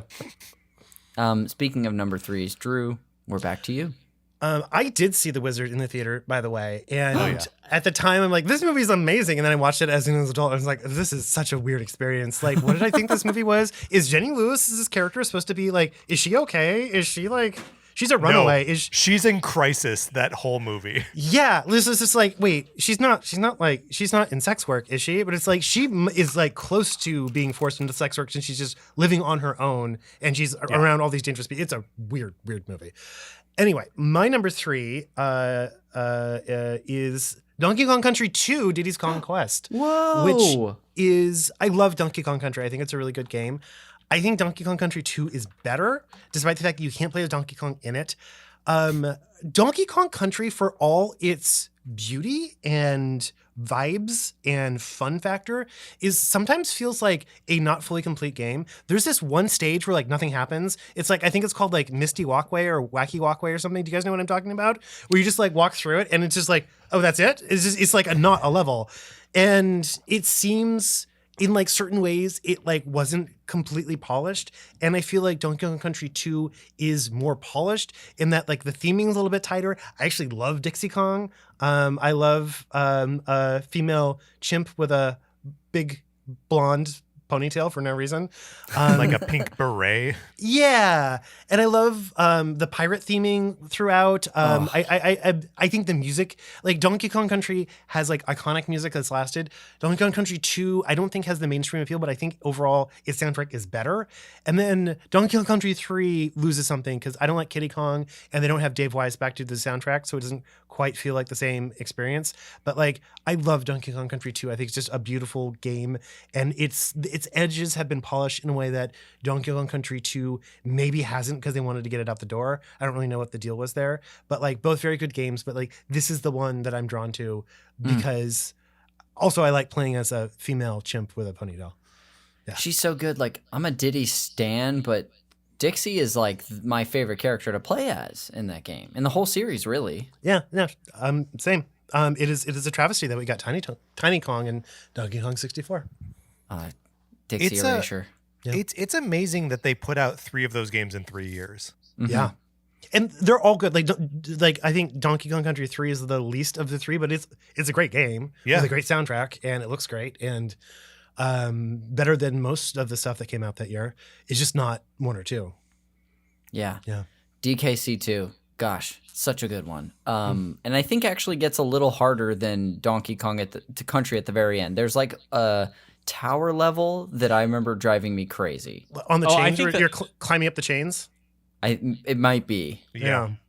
I think the whole game, personally, I think the whole game is way more difficult than the first one. Mm-hmm. Yeah, I probably. think that's right. Yeah. The opening theme really gives me such Hook vibes, and Hook is like an all-timer nostalgia movie for me. Yeah, I never thought about that before, but somehow they figured out how to communicate pirate through music. Yes, Yeah.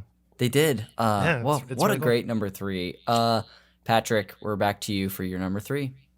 Connor, if you are, what's the form of your game where you are predicting games that appear on my list? Do you take a drink when I name the game, or are you just keeping I track? didn't have like a consequence for myself, but Yeah. I will take a drink of this beer that is getting low if one of them appears. Number 3 is Super Mario 3D World. There we go. Figured. This is, and specifically, I'm referring to the Wii U version of it. The Switch version is also great, and I love Bowser's Fury. But the speeding up of the game in general, I think, messes with the balance just a little bit, and Toad becomes a borderline unplayable character in the Switch version. But in the Wii U version, everything's a little bit slower and a little bit better. But it's sort of my perfect mix of 2D and 3D Mario, and the fact that you can play it co-op, it just I don't know, every level becomes like a super fun experience of like getting from point A to point B and exploring a bite-sized space as fast as you can. And I don't know, this is a game that I've played to completion, I believe three times, and by completion I mean 100%ing it, and then I've played through it several times on top of that. So like I almost can't justify it over like Galaxy 2 or Odyssey or even Super Mario Brothers 3 or Super Mario World, but I can't stop playing it. So it's got to go on my list. Gosh, I just like internally smack talked this game for years because I was like, there's no way this weird looking not 2D, not 3D game is going to come close to the ones that I adore. And then I played it and I was like, wow, this is awesome. This is Yeah. fantastic. So, wow, Patrick, this is definitely one that I thought was going to be on your list. I've got one more that I'm pretty sure is on here. We'll see. Speaking of, let's hear your number 2. Well, it looked like Mark wanted to say something. I just want Mark. I just want to sing the praises of the end of 3D World because I think it's an example of something Nintendo has done really well in the past decade or so, where they like it pays off things that are like mechanics that are introduced earlier in the game in such a like delightful and fun way that when it happens, you're like, of course Bowser gets like the cat bell and becomes a giant cat. Of course the like double cherry like pays off here at the end. And I feel like they do it in Odyssey. Like it's again, it's one of those things like the end of 3D World happens and you're like, I should have seen it coming because all the elements were there, but I wasn't expecting it. Quite like Harold, right, Mark? Exactly. Yes. Yep. But Mark's right. That is like Nintendo's thing this generation, right? Because like you say, Odyssey does it. Tears of the Kingdom does it in a way where you're like, yes, there were all these pieces here. This makes sense, and it's so epic when they jam them all together. Pikmin 4 does it. It's just like this is what Nintendo does now when they're firing on all cylinders. What's weird is that they did that in Super Mario Land 2 in the Wario fight, where Wario uses evil versions of all Mario's powers. And it's very similar to what Mark's talking about with that Bowser fight. And it's great. But like that was like, what, 1992? And they're like, I'm not going to do that again for like 30 years. Yeah. No. I also think 3D World is such an interesting example of this thing. Like, I mean, never say never. Maybe we'll see a sequel in the 3D World style, but Nintendo's like, all right, we experimented with this with 3D Land. We blew it out in 3D World and we like kind of nailed it. And now we're done. Yeah. You know, they could have a 2D series going. They could have a 3D World style series going plus an Odyssey style series going. And they're like, no, I think we did everything we could do with 3D World.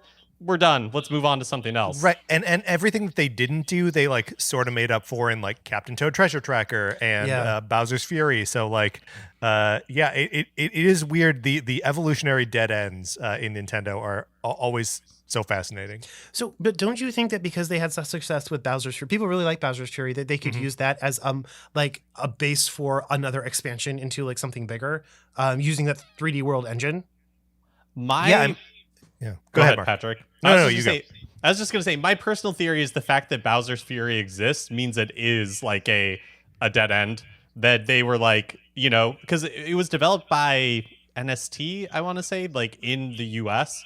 And I think it was like, sure, yeah, go nuts. But the reason that I don't think Bowser's Fury is the prelude to something like, I don't think the next 3D Mario game is going to look like Bowser's Fury. I think Bowser's Fury is a interesting experiment that they were like, cool, but we don't really have any use for this. Interesting. That it's a coda to 3D World and not an epilogue to something else. Gotcha. The weird thing is it's also kind of a coda to Odyssey, like because it borrows the DNA of both those games. Right, it does. Yeah, big time. Sadly, after I didn't play 3D World until the Switch version came out, and then I was like, great, I'll play Bowser's Fury at some point, and then my cartridge got stolen. So Patrick, I will need to borrow yours at some point to play Fury because I want to play it. It's so good. Bowser's Fury is wonderful. It's like the glaring omission on my Mario series history. Well, that was 3D World. How about your 2D? What's your second pick? My second pick is Hades. Oh my goodness! Hades fucking rips. A top-down roguelike game where you play as Zagreus, son of Hades himself, trying to escape from hell. And every time all the deaths are diegetic, so you like go back to Hades and have to like continue to try and fight your way out. And the game isn't over when you finish a run. You just have to like keep doing it over and over again until you can like actually escape from the underworld. The characters are so rich and so well realized and so well acted. And the relationships that you forge with them, the upgrades that you earn as you die over and over again, are all so compelling and so exciting. Hades is a game that like when I was like into it, when I was playing, it would be like the thing that occupies my idle thoughts. Cause it's just so fun and varied and cool. And like the moment to moment, action and combat is, incredible. Like it's my second favorite game of all time. Wow. A game that on I think our top 10 games of all time part 2, I believe we had 2 if not 3 people list it in their top 10, and one of those being, we've talked about it a million times, but friend of the show, voice actor Courtney Vanays, who voices Dusa and Aphrodite. I think she didn't put it at her top because she was like, this feels like I'm propping myself up too much, but she definitely could have because it's so good. Patrick, number 2, Hades. What a choice. Number 2, Drew 2. To Drew, you're up next. I know we're not rebutting each other in this podcast, but Hades is just something it never clicked for me. And I think I may not like roguelike games. I think like the core structure of roguelike is like antithetical to my experience of video games, where I'm like, well, like it's different now. Like I feel like the metric of progress is not what I recognize as being like what I want. It's just a really weird thing to have so many people be like, oh, this game's like one of the best games I've ever played. And you just be like, I absolutely do not get it. And I'm jealous of people who do get it because people seem to have found a lot of satisfaction and enjoyment in that game. And I just couldn't get my head around it. and stopped playing it and never went back to it. And that's too bad. But So number 2 on your list, Hades. Hades. No, my number 2 is the thing I probably should have come onto your podcast to talk about in the first place. It's Darkstalkers 3. Darkstalkers is my favorite Capcom fighting game, just because it is beautiful. If you don't know what it is, just picture hand-drawn Street Fighter, but everyone is in drag as movie monsters. So you have a Dracula, a Wolfman, a mummy, a cat girl, like a creature from the Black Lagoon, but like animated in that like bonkers Capcom style. And the like logic to this universe is more wild than Street Fighter is, and it's just a beautiful thing to behold. Like the animation is so lovingly rendered, and the fighting mechanics are really interesting because Capcom essentially used it as like a testing ground for new features before they port them into Street Fighter. So you'd be like, do people like this? And if people liked it in Darkstalkers, they'd kick it over into Street Fighter. So a lot of things that were innovations in Street Fighter actually came from Darkstalkers initially, which is a really interesting thing about that. And you had 3 games, 1, 2, 3. 3 is the last one, and they will probably never make another one. If they do, it won't be drawn in this style. It will probably be rendered more like Street Fighter is now, which is too bad. But it's also the way fighting games work now. That two-dimensional drawn style just doesn't make sense, unfortunately. And Capcom allegedly was testing out whether to make a new one and abandon it. And who knows if we'll ever get another Darkstalkers game. But I love it. It's like a sexy, weird, fun, goofy game. Yeah.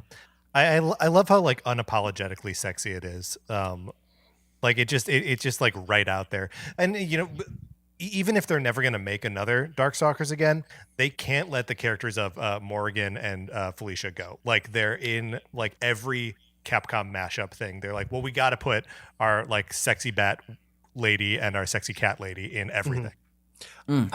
I dated a guy who was aware of my fascination with this game but didn't know the characters, and he was just like, what's that character's name? Boob Lady? I'm like, Morrigan. Her name is Morrigan. But I do think that her official canonical name should just be Boob Lady because that's what she is. Yeah, that makes sense. Yeah. Go ahead, Mark. I was just gonna say I had no idea that's what Darkstalkers was. I had heard of it before, but are those returning characters from 1 and 2? I mean, it sounds like I'm not really a fighting game person, but just aesthetically, it sounds like something that sounds really cool. Yeah, so they mostly keep the entire cast together. I think only one character from 2 doesn't make it to 3, and 3 they have this one character named BB Hood, who's like again it's Japan commenting on America. So she's Little Red Riding Hood, but she is actually a monster hunter whose like little picnic basket is full of guns and grenades and knives, and she's sort of like a commentary on like violence in America. It's the most interesting thing, and I was just like, oh, that's what you guys think we are? You're not wrong. Okay, that's Right. That's interesting. And it's just really good character design. And if you ever want to just watch some of the animation mashups on YouTube, if you want to see why this game is great, Dimitri is the vampire. He has this special move called Midnight Bliss, where he turns your character into either a female version of a male character, or if it's already female, a sexier version, and then sucks their blood. And you can just watch like compilations of all the animations they've done for every Midnight Bliss that Dimitri's ever been in, for every game he's ever been in. It's lovingly rendered. It's amazing. Yeah. Wow. A couple things, Drew. Well, so many bones to pick. I kid. I'm sure on your episode you talked about fighting games, but like seeing the representation on your list, I'm realizing that like how much it seems like you love this genre. Yeah. Well, I was born in 82, and this was just how we celebrated birthday parties, of like pizza parlor birthday parties, and everything was like Street Fighter, Mortal Kombat, the SNK games, like Killer Instinct. Like that's just what we did. Yeah. Even the girls, like it was just like this is the way we celebrate birthdays, is like beating the shit out of each other in the arcade. It's amazing. Oh, just the greasiest little fingers on those arcade just cabinets. like ruining those machines with our pizza fingers. Yeah, This is unimportant, but Patrick, I believe, also was born in 1982. Correct, correct. Patrick? August 14th? 24th. I'm a June baby, so I'm 2 months older. Okay. Great. Well, I'm going to remember your birthday. But that is fun. And this is a Drew, bit of a tease. Should we celebrate our birthdays at an arcade this year? Oh my God, yes. in there's July. In July, when there's after 4th of July, when there's nothing to celebrate. Yay! Or that's my new 4th of July. It's your joint birthday. Mark, and we got to know, what day is your birthday? My birthday? Yeah, you don't have to say the year, by the way. 6th of December. Okay, yes. And your mother's maiden name? Yeah, I know. That's what, yeah. Suddenly I have all his info. This is a bit of a tease, but before we move on to Mark for his last couple picks, this is episode 198 of the show. It's not that I'm running out of guests, but guests are harder and harder to come by for individual, nostalgia episodes. So after episode 200, I'm going to start bringing back past guests to do additional solo episodes. So Drew, if Darkstalkers 3 ends up being your pick, then you could come back and talk about that game. I will tell you so much more than you ever would want to know about this video game, I swear. But let's do it for Halloween, because it was Halloween week when that episode ran. It should have been a Halloween episode. It was a no-brainer. We're going to be making up for so much. I can't wait. Well, thank you, Drew, for your number 2. Mark, I'm going to turn to you for your number 2 as I want your pick, and also I'm going to try to get my cat out of this room because she keeps chirping at me. But Mark, start us down the road of your number 2. Okay. So my number 2 pick is Fallout 3. I had never played a Bethesda RPG before, and I'd never played a Fallout game before. The Xbox 360 was the first non-Nintendo console that I ever personally owned, and I owned a Wii it was a period where I was into video games big. I had a Wii, had a Nintendo DS, I had an Xbox 360 that eventually all my friends had a PlayStation 3, so I eventually sold my 360 and got a PlayStation 3. But I loved Fallout 3. I put so many hours into Fallout 3 that when I've still never played New Vegas, because when New Vegas was released, I bought it. I was so excited. I started it and I was like, I can't do this again. It's too soon. I lost 200 hours to Fallout 3. I played Skyrim, loved Skyrim. I played Fallout 4, enjoyed Fallout 4. But there was something about Fallout 3 that hit the perfect time in my life. The setting, I love the radio station. Yeah. Yep, the music that played. So that mid-century, or I guess really earlier, but aesthetic, but post-apocalyptic, all that kind of stuff. The different ways you could interact with the world, it truly felt endless to me. I just really love Fallout 3. It's one of my favorite video game playing experiences ever. Mark, I never put this together before, but do you think the sort of retrofuturism of Fallout, of the Fallout games, and you liking it is connected to your love of Disney park stuff, which also is that totally same retrofuturism? I think theme park stuff for sure. I mean, so at California Adventure at Disneyland, there used to be a ride called the Tower of Terror. Now it's a Guardians of the Galaxy ride. It still exists in other theme parks, but it has when you were waiting in line for the Tower of Terror, it had a soundtrack that was not the same, but very similar in reminiscent the mood for sure. Yeah, the mood that it's trying to evoke that Fallout 3 is, and yeah, I totally think that's true. I like fantasy environments, but the Skyrim and that Elder Scrolls has never hit the same way that Fallout does for me, because I think there's just something about the aesthetics of Fallout that I really like. Absolutely. I think I'm certain I've told you, Mark, because I've heard you talk about this game before, but I just gave this game a shot fall of 2022 because I was kind of in a gaming hole, and I ended up playing 25 hours of it, and once I got the whole of the VAT system, loved it. Are you excited for the show? I am excited. I'm qualified because You sound very excited. Well, I don't know the plot has ever been Fallout. The Bethesda Fallout games. Sure. Plot has never been their thing. I did not like Westworld at all, and it's from the same showrunners. So yes. In theory, it could be cool, but I would say I have low expectations. Yeah. Who's making it? Like, for what streamer or network is it being made? I think it's Amazon. I think so. Okay. Yeah. I would like to think that Amazon were like, sure, you guys can make this. Don't do what you did on Westworld, because no one liked it after season 1. Like, that was bad. You did it bad, and everyone hated it, and that's why it went away. And they're like, okay, yeah, we don't want that to happen again, so we won't. Whatever that was. That was weird. Yeah. Totally. I'm cautiously optimistic over here. I want to believe. I also, full disclosure, have a friend who works on the show, so I'm like rooting for it to be good because I want my friend to feel that pride of it coming out and having a warm reception. So I think it comes out this year too, so we'll see pretty soon. Patrick, were you going to say something? Well, I was just gonna say it's wild how good that first episode of Westworld is. Like how cool and trippy, and like they end up not playing that same game through the rest of the season and then through the rest of the series at all. Yeah. But that first fucking episode is awesome. I actually liked the first season of that show, and then season 2, I was like, I'm confused, and just gave up, which is wild to think about. But if Fallout the TV show is not good, you have to scream at your friend until your voice is hoarse. You know what? Agreed. No, didn't we learn a lesson from Tina Fey earlier this week? Oh yeah, I'm too famous to be. You're too famous, Connor. And Tina, when she was talking to Bowen, she was talking to me.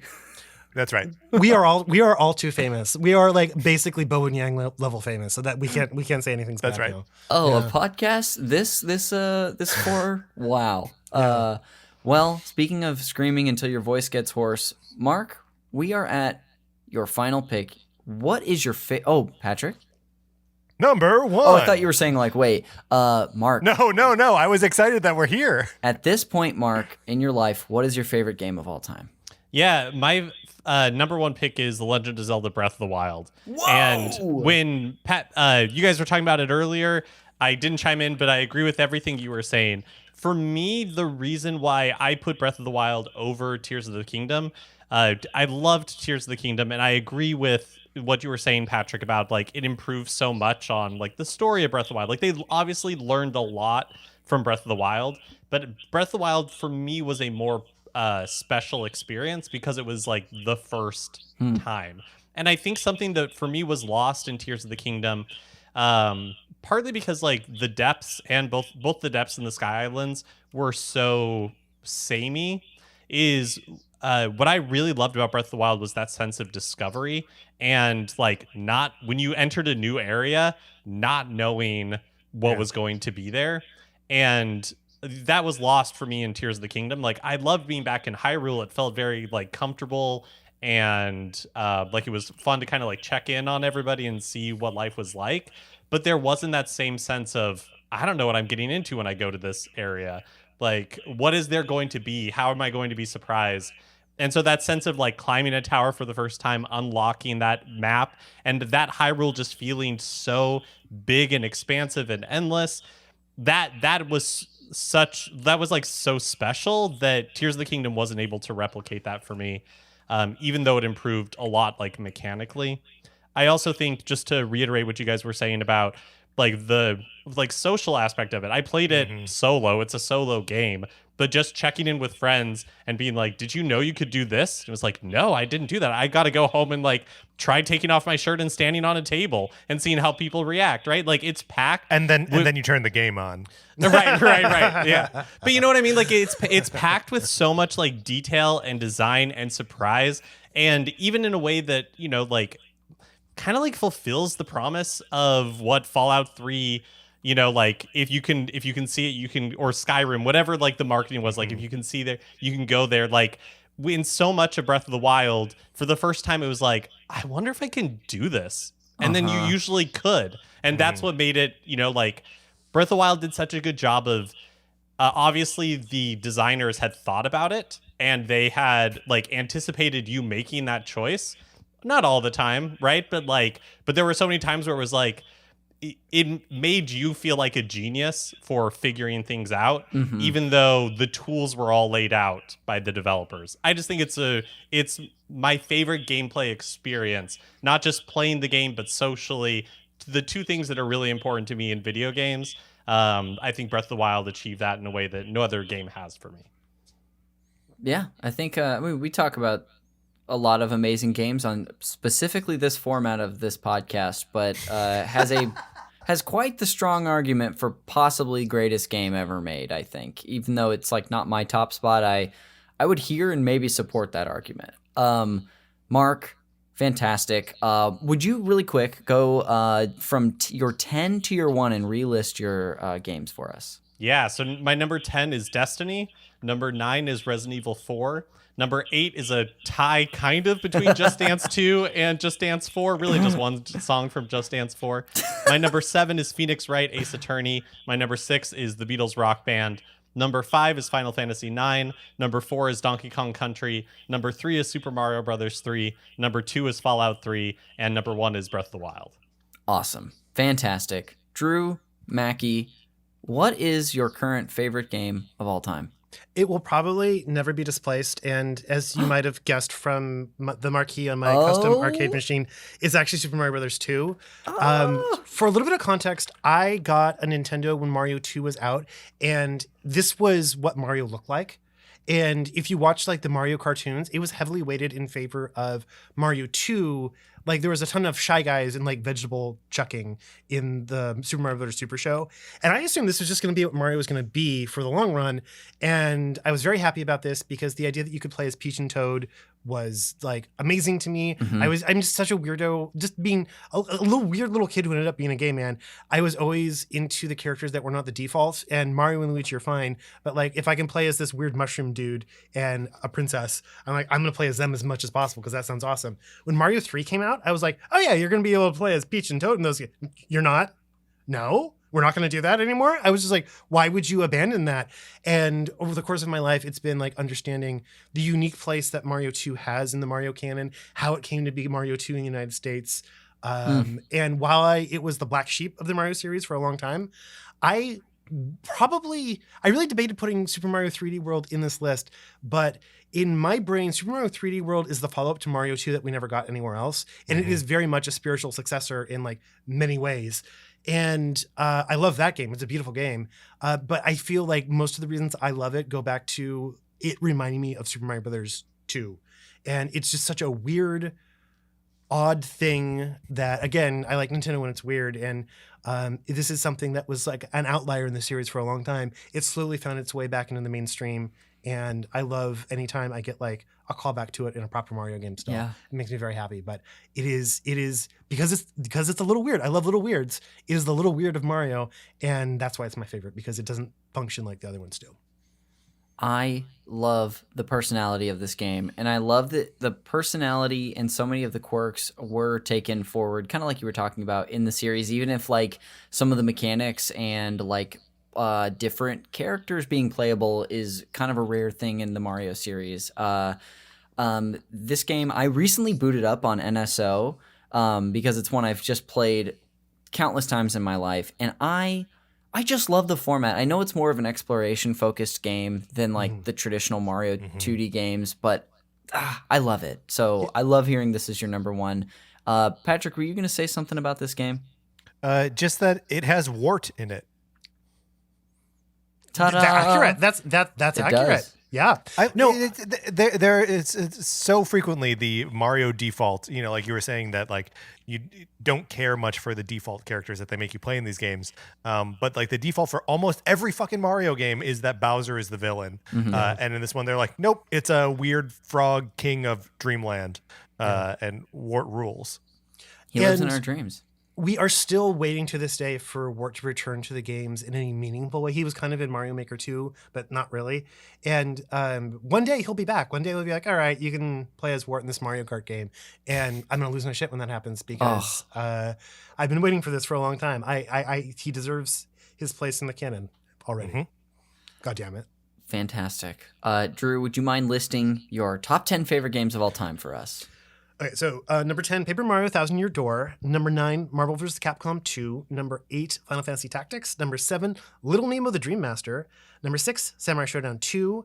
Number 5, Paneled Upon. Number 4, Earthbound. Number 3, Donkey Kong Country 2, Diddy's Kong Quest. I say the entire title because I like that most people get it wrong and don't realize it's a pun. Diddy's Kong Quest. That's great. Darkstalkers 3, number 2, and then number 1, Super Mario Brothers 2. This might be the most eclectic list we've had on the show so far. There's no award for it. You don't get any extra like high fives from me, but it's just what a list. I love this. I'm a strange person. I have your contrary opinions, but I will argue in favor of them. Awesome. Well, we'll come back to both of you as well as we head out today. But Patrick Ehlers, to close us out, as far as the lists go, what is your current favorite game of all time? The Legend of Zelda: Link to the Past. That's not what I thought you were going to say. I thought you were going to say Rusty's Real Deal Baseball. What the hell? No, Rusty's a great game. It doesn't make my honorable mentions, but Rusty is wonderful. I love Rusty. Yeah. But The Legend of Zelda: Link to the Past is a game that I discovered when I was like 9 years old. So it will forever have my heart. And it does what the original Zelda was trying to do, but just with more assets to actually accomplish like a big fantasy story told on the Super NES. This is another game that I replay regularly and count among like just my favorite gameplay experiences. It's also sort of just like the blueprint for the non-Breath of the Wild Zeldas going forward. The like collect the 3 things and then discover that your quest is twice as big or 3 times as big as you thought it was. There's another world under the world that we know now. And I just find the art style of Link to the Past so fun and like non-repeated in the series. I just love this game with all my heart. I love the story you've told several times about like telling older kids how to get through a section of this game. Yeah, I was at a family dinner party, so like a bunch of family friends, and I was hanging out upstairs with like the older kids who were playing Super Nintendo, and they were in like the final dungeon of Link to the Past, and they couldn't like get through. You know that part where there's like the invisible bridge that you have to like either like light the torches or you can use like the lightning magic to just like light up everything. Mm-hmm. I was like giving them tips on like how to get through there, and they had been ignoring me all night until I could help them beat Zelda. Gosh, I love that. Patrick, if I had any beer left, I would have sipped it because this is one that I was pretty sure was going to be on here somewhere. Would you go ahead and just tell us your list again as we close this out? Number 10, Super Mario Maker. Number 9, Pikmin 4. Number 8, Tetris 99. Number 7, Shovel Knight Treasure Trove. Number 6, a two-way tie that doesn't make any sense between Super Metroid and The Last of Us Part 2.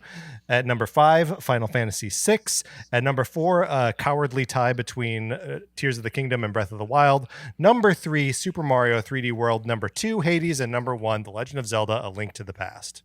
Fantastic. Folks, we've done it. We have listed completed another episode of the top 10 games of all time, this time featuring Patrick Ehlers, Drew Mackie, and Mark Mitchell.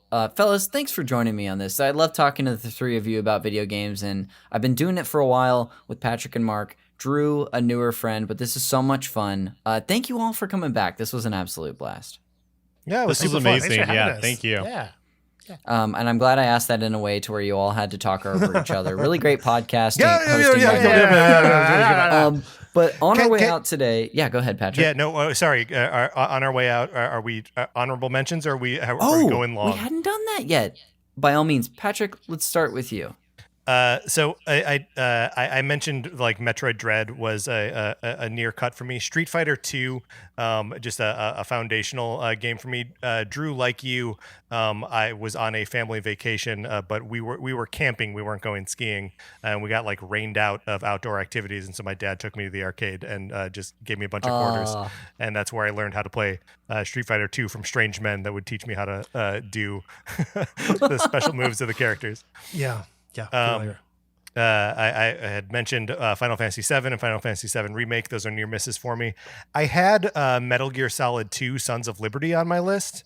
And when I sent it to my friend Hannah to be like, hey, what do you think of my list? Can you help me make cuts? She pointed out that I had it written down as Metal Gear Solid 2 The Phantom Liberty. And so she was like, so it can't be on your list. That's such a funny disqualifier. It's you got to make cuts for arbitrary reasons here. And then the last one I wanted to shout out was I also had a Resident Evil game on my longer list here, but it was the Resident Evil remake on GameCube. Which does such an awesome job of reinterpreting the original Resident Evil and like introducing new gameplay things like those Crimson Head zombies that like get back up if you don't burn them or blow their heads off. And that there's what is the name of this character who like stole her parents' faces and like sewed them to herself and is like an invincible T-virus monster. Just another cool little thing that they sprinkled into the original Resident Evil. So good. Great set of honorable mentions there. Yeah, for me, I mean, I won't list honorable mentions because I get to talk about this every time I do one of these episodes. But a glaring omission for me that I'm looking at this is the Metroidvania genre is a top genre for me. No representation on this list. Not even like, Metal Gear Solid's on there, which is kind of one of those. Nothing. So maybe that'll change someday. Drew, would you like to list any honorable mentions? Yeah, Undertale. I feel like since I had to say Earthbound because Undertale exists because Earthbound exists, and I played Earthbound first. But Undertale is a profound video game playing experience that I'm so glad I gave myself. Catherine is a puzzle game that came out. Yes. It's like the sexy sheep guy game. I don't know how to explain it. It is a rich world and like really good puzzle mechanics. And if anyone ever gets the chance to play that, do it. The original NES Ninja Gaiden, because it was the most cinematic thing I'd ever seen in a video game at the time, and it still seems really cinematic today. Mario Paint, Street Fighter Alpha 3, and then because I'm weird, Clay Fighter. I think Clay Fighter deserves more attention than it gets. Oh, that's great. More fighting games. Look at that. So much fun. Mark, did you want to mention any? I just have two I'll shout out. One is Bloodborne, the first From Software game that I played and beat, and I think that game is incredible, and I had so much fun with it. I have not been able to get into other From Software. I haven't tried Elden Ring, and I know maybe that's the one to try someday. So I've heard. Yeah, loved Bloodborne, loved it a lot. The other one is Chrono Trigger, and it's just an all-timer. It almost just by default, I feel like is on everybody who's played it top 10 list. But it's another one where like as I get older, I appreciate the story and themes of it more. And I think it's easy for games from like older games. You just kind of look at them and be like, oh, they're really simple and really cute. But I think Chrono Trigger has something really interesting to say about fate and, just like life, really. So love Chrono Trigger. Can I tell a story that happened recently? And I was in a place where they serve drinks, and there was a girl next to me who was really drunk, and she was like just emotional drunk. Aww. And she was really emotional talking about something. And then I was listening to what she was talking about, and she was talking about the part in Chrono Trigger where Robo waits back in time for them to find her again, and like how he's broken when they find her. And it was like the rest of the people who were there were like, yeah, no, we've played it. Like, we know what you're talking about. And she was just like, could not stop talking about what a beautiful thing it was. And she was right. That is a beautiful aspect of that game. But she was like teary and just like drunk girl, like talking about like, it was so sad. He waited for them to find him in the future. And he did all this work to bring the forest back. I'm just like, wow, I want to know everything about you. But I didn't talk to her. Wow. If I heard someone talking about that in a bar, I would probably interrupt to just be like, hey, I feel you. If she had been a little bit more contained, I might have been like, I don't want to leave this on me. This I don't want to have to take care of this mess. But I get that's like a good call. Very few video games like from that era could like resonate in that way. Like I get why it meant something to her, Absolutely. Thank you for telling that story. That's so good. Well, folks, that's going to do it for this episode. On our way out, though, I want just to give everybody a chance to plug whatever they want, whether it's a podcast or social media, as much or as little as you'd like. Patrick, we're going to start with you, my friend. Thank you for doing this with me, buddy. And what do you want to plug today? Well, thank you, Connor. This was a blast. Listen to the Nintendo Cartridge Society podcast that I do with Mark. We put out 2 episodes every week, one about the news and one special little topic that we cook up. And then, as I mentioned at the beginning of the episode, my book about the Teenage Mutant Ninja Turtles is coming out in 4 parts starting in February. So check out the Teenage Mutant Ninja Turtles source book, issue number 1, in comic book stores February 21st. I love it. Drew, Mackie, thank you again for coming back in such a short period of time. What do you want to plug today? I guess I'll plug my own podcast, Gayest Episode Ever. It is a weekly podcast. It is not a bi-weekly podcast. I don't understand how you guys do that. Like, putting out a weekly podcast is such a drain. It's just a lot of work. You know it's a lot of work to put a podcast together. We all know this. But like, you guys have been doing it twice a week. You don't really take weeks off. And I just can't wrap my head around that. It's like you would think you would run out of things to talk about, but you do not. And I'm very impressed by that. Oh, thank you. So there's that, Gayest Episode Ever, if you want to talk about gay episodes of classic sitcoms.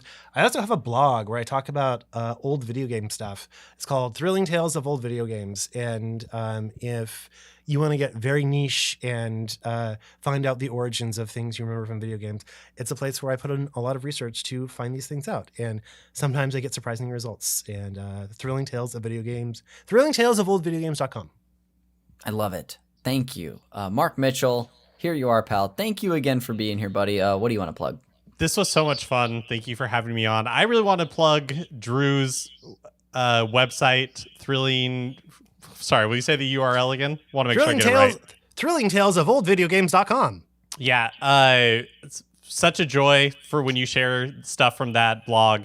Such good research, such like interesting topics. Definitely worth checking out.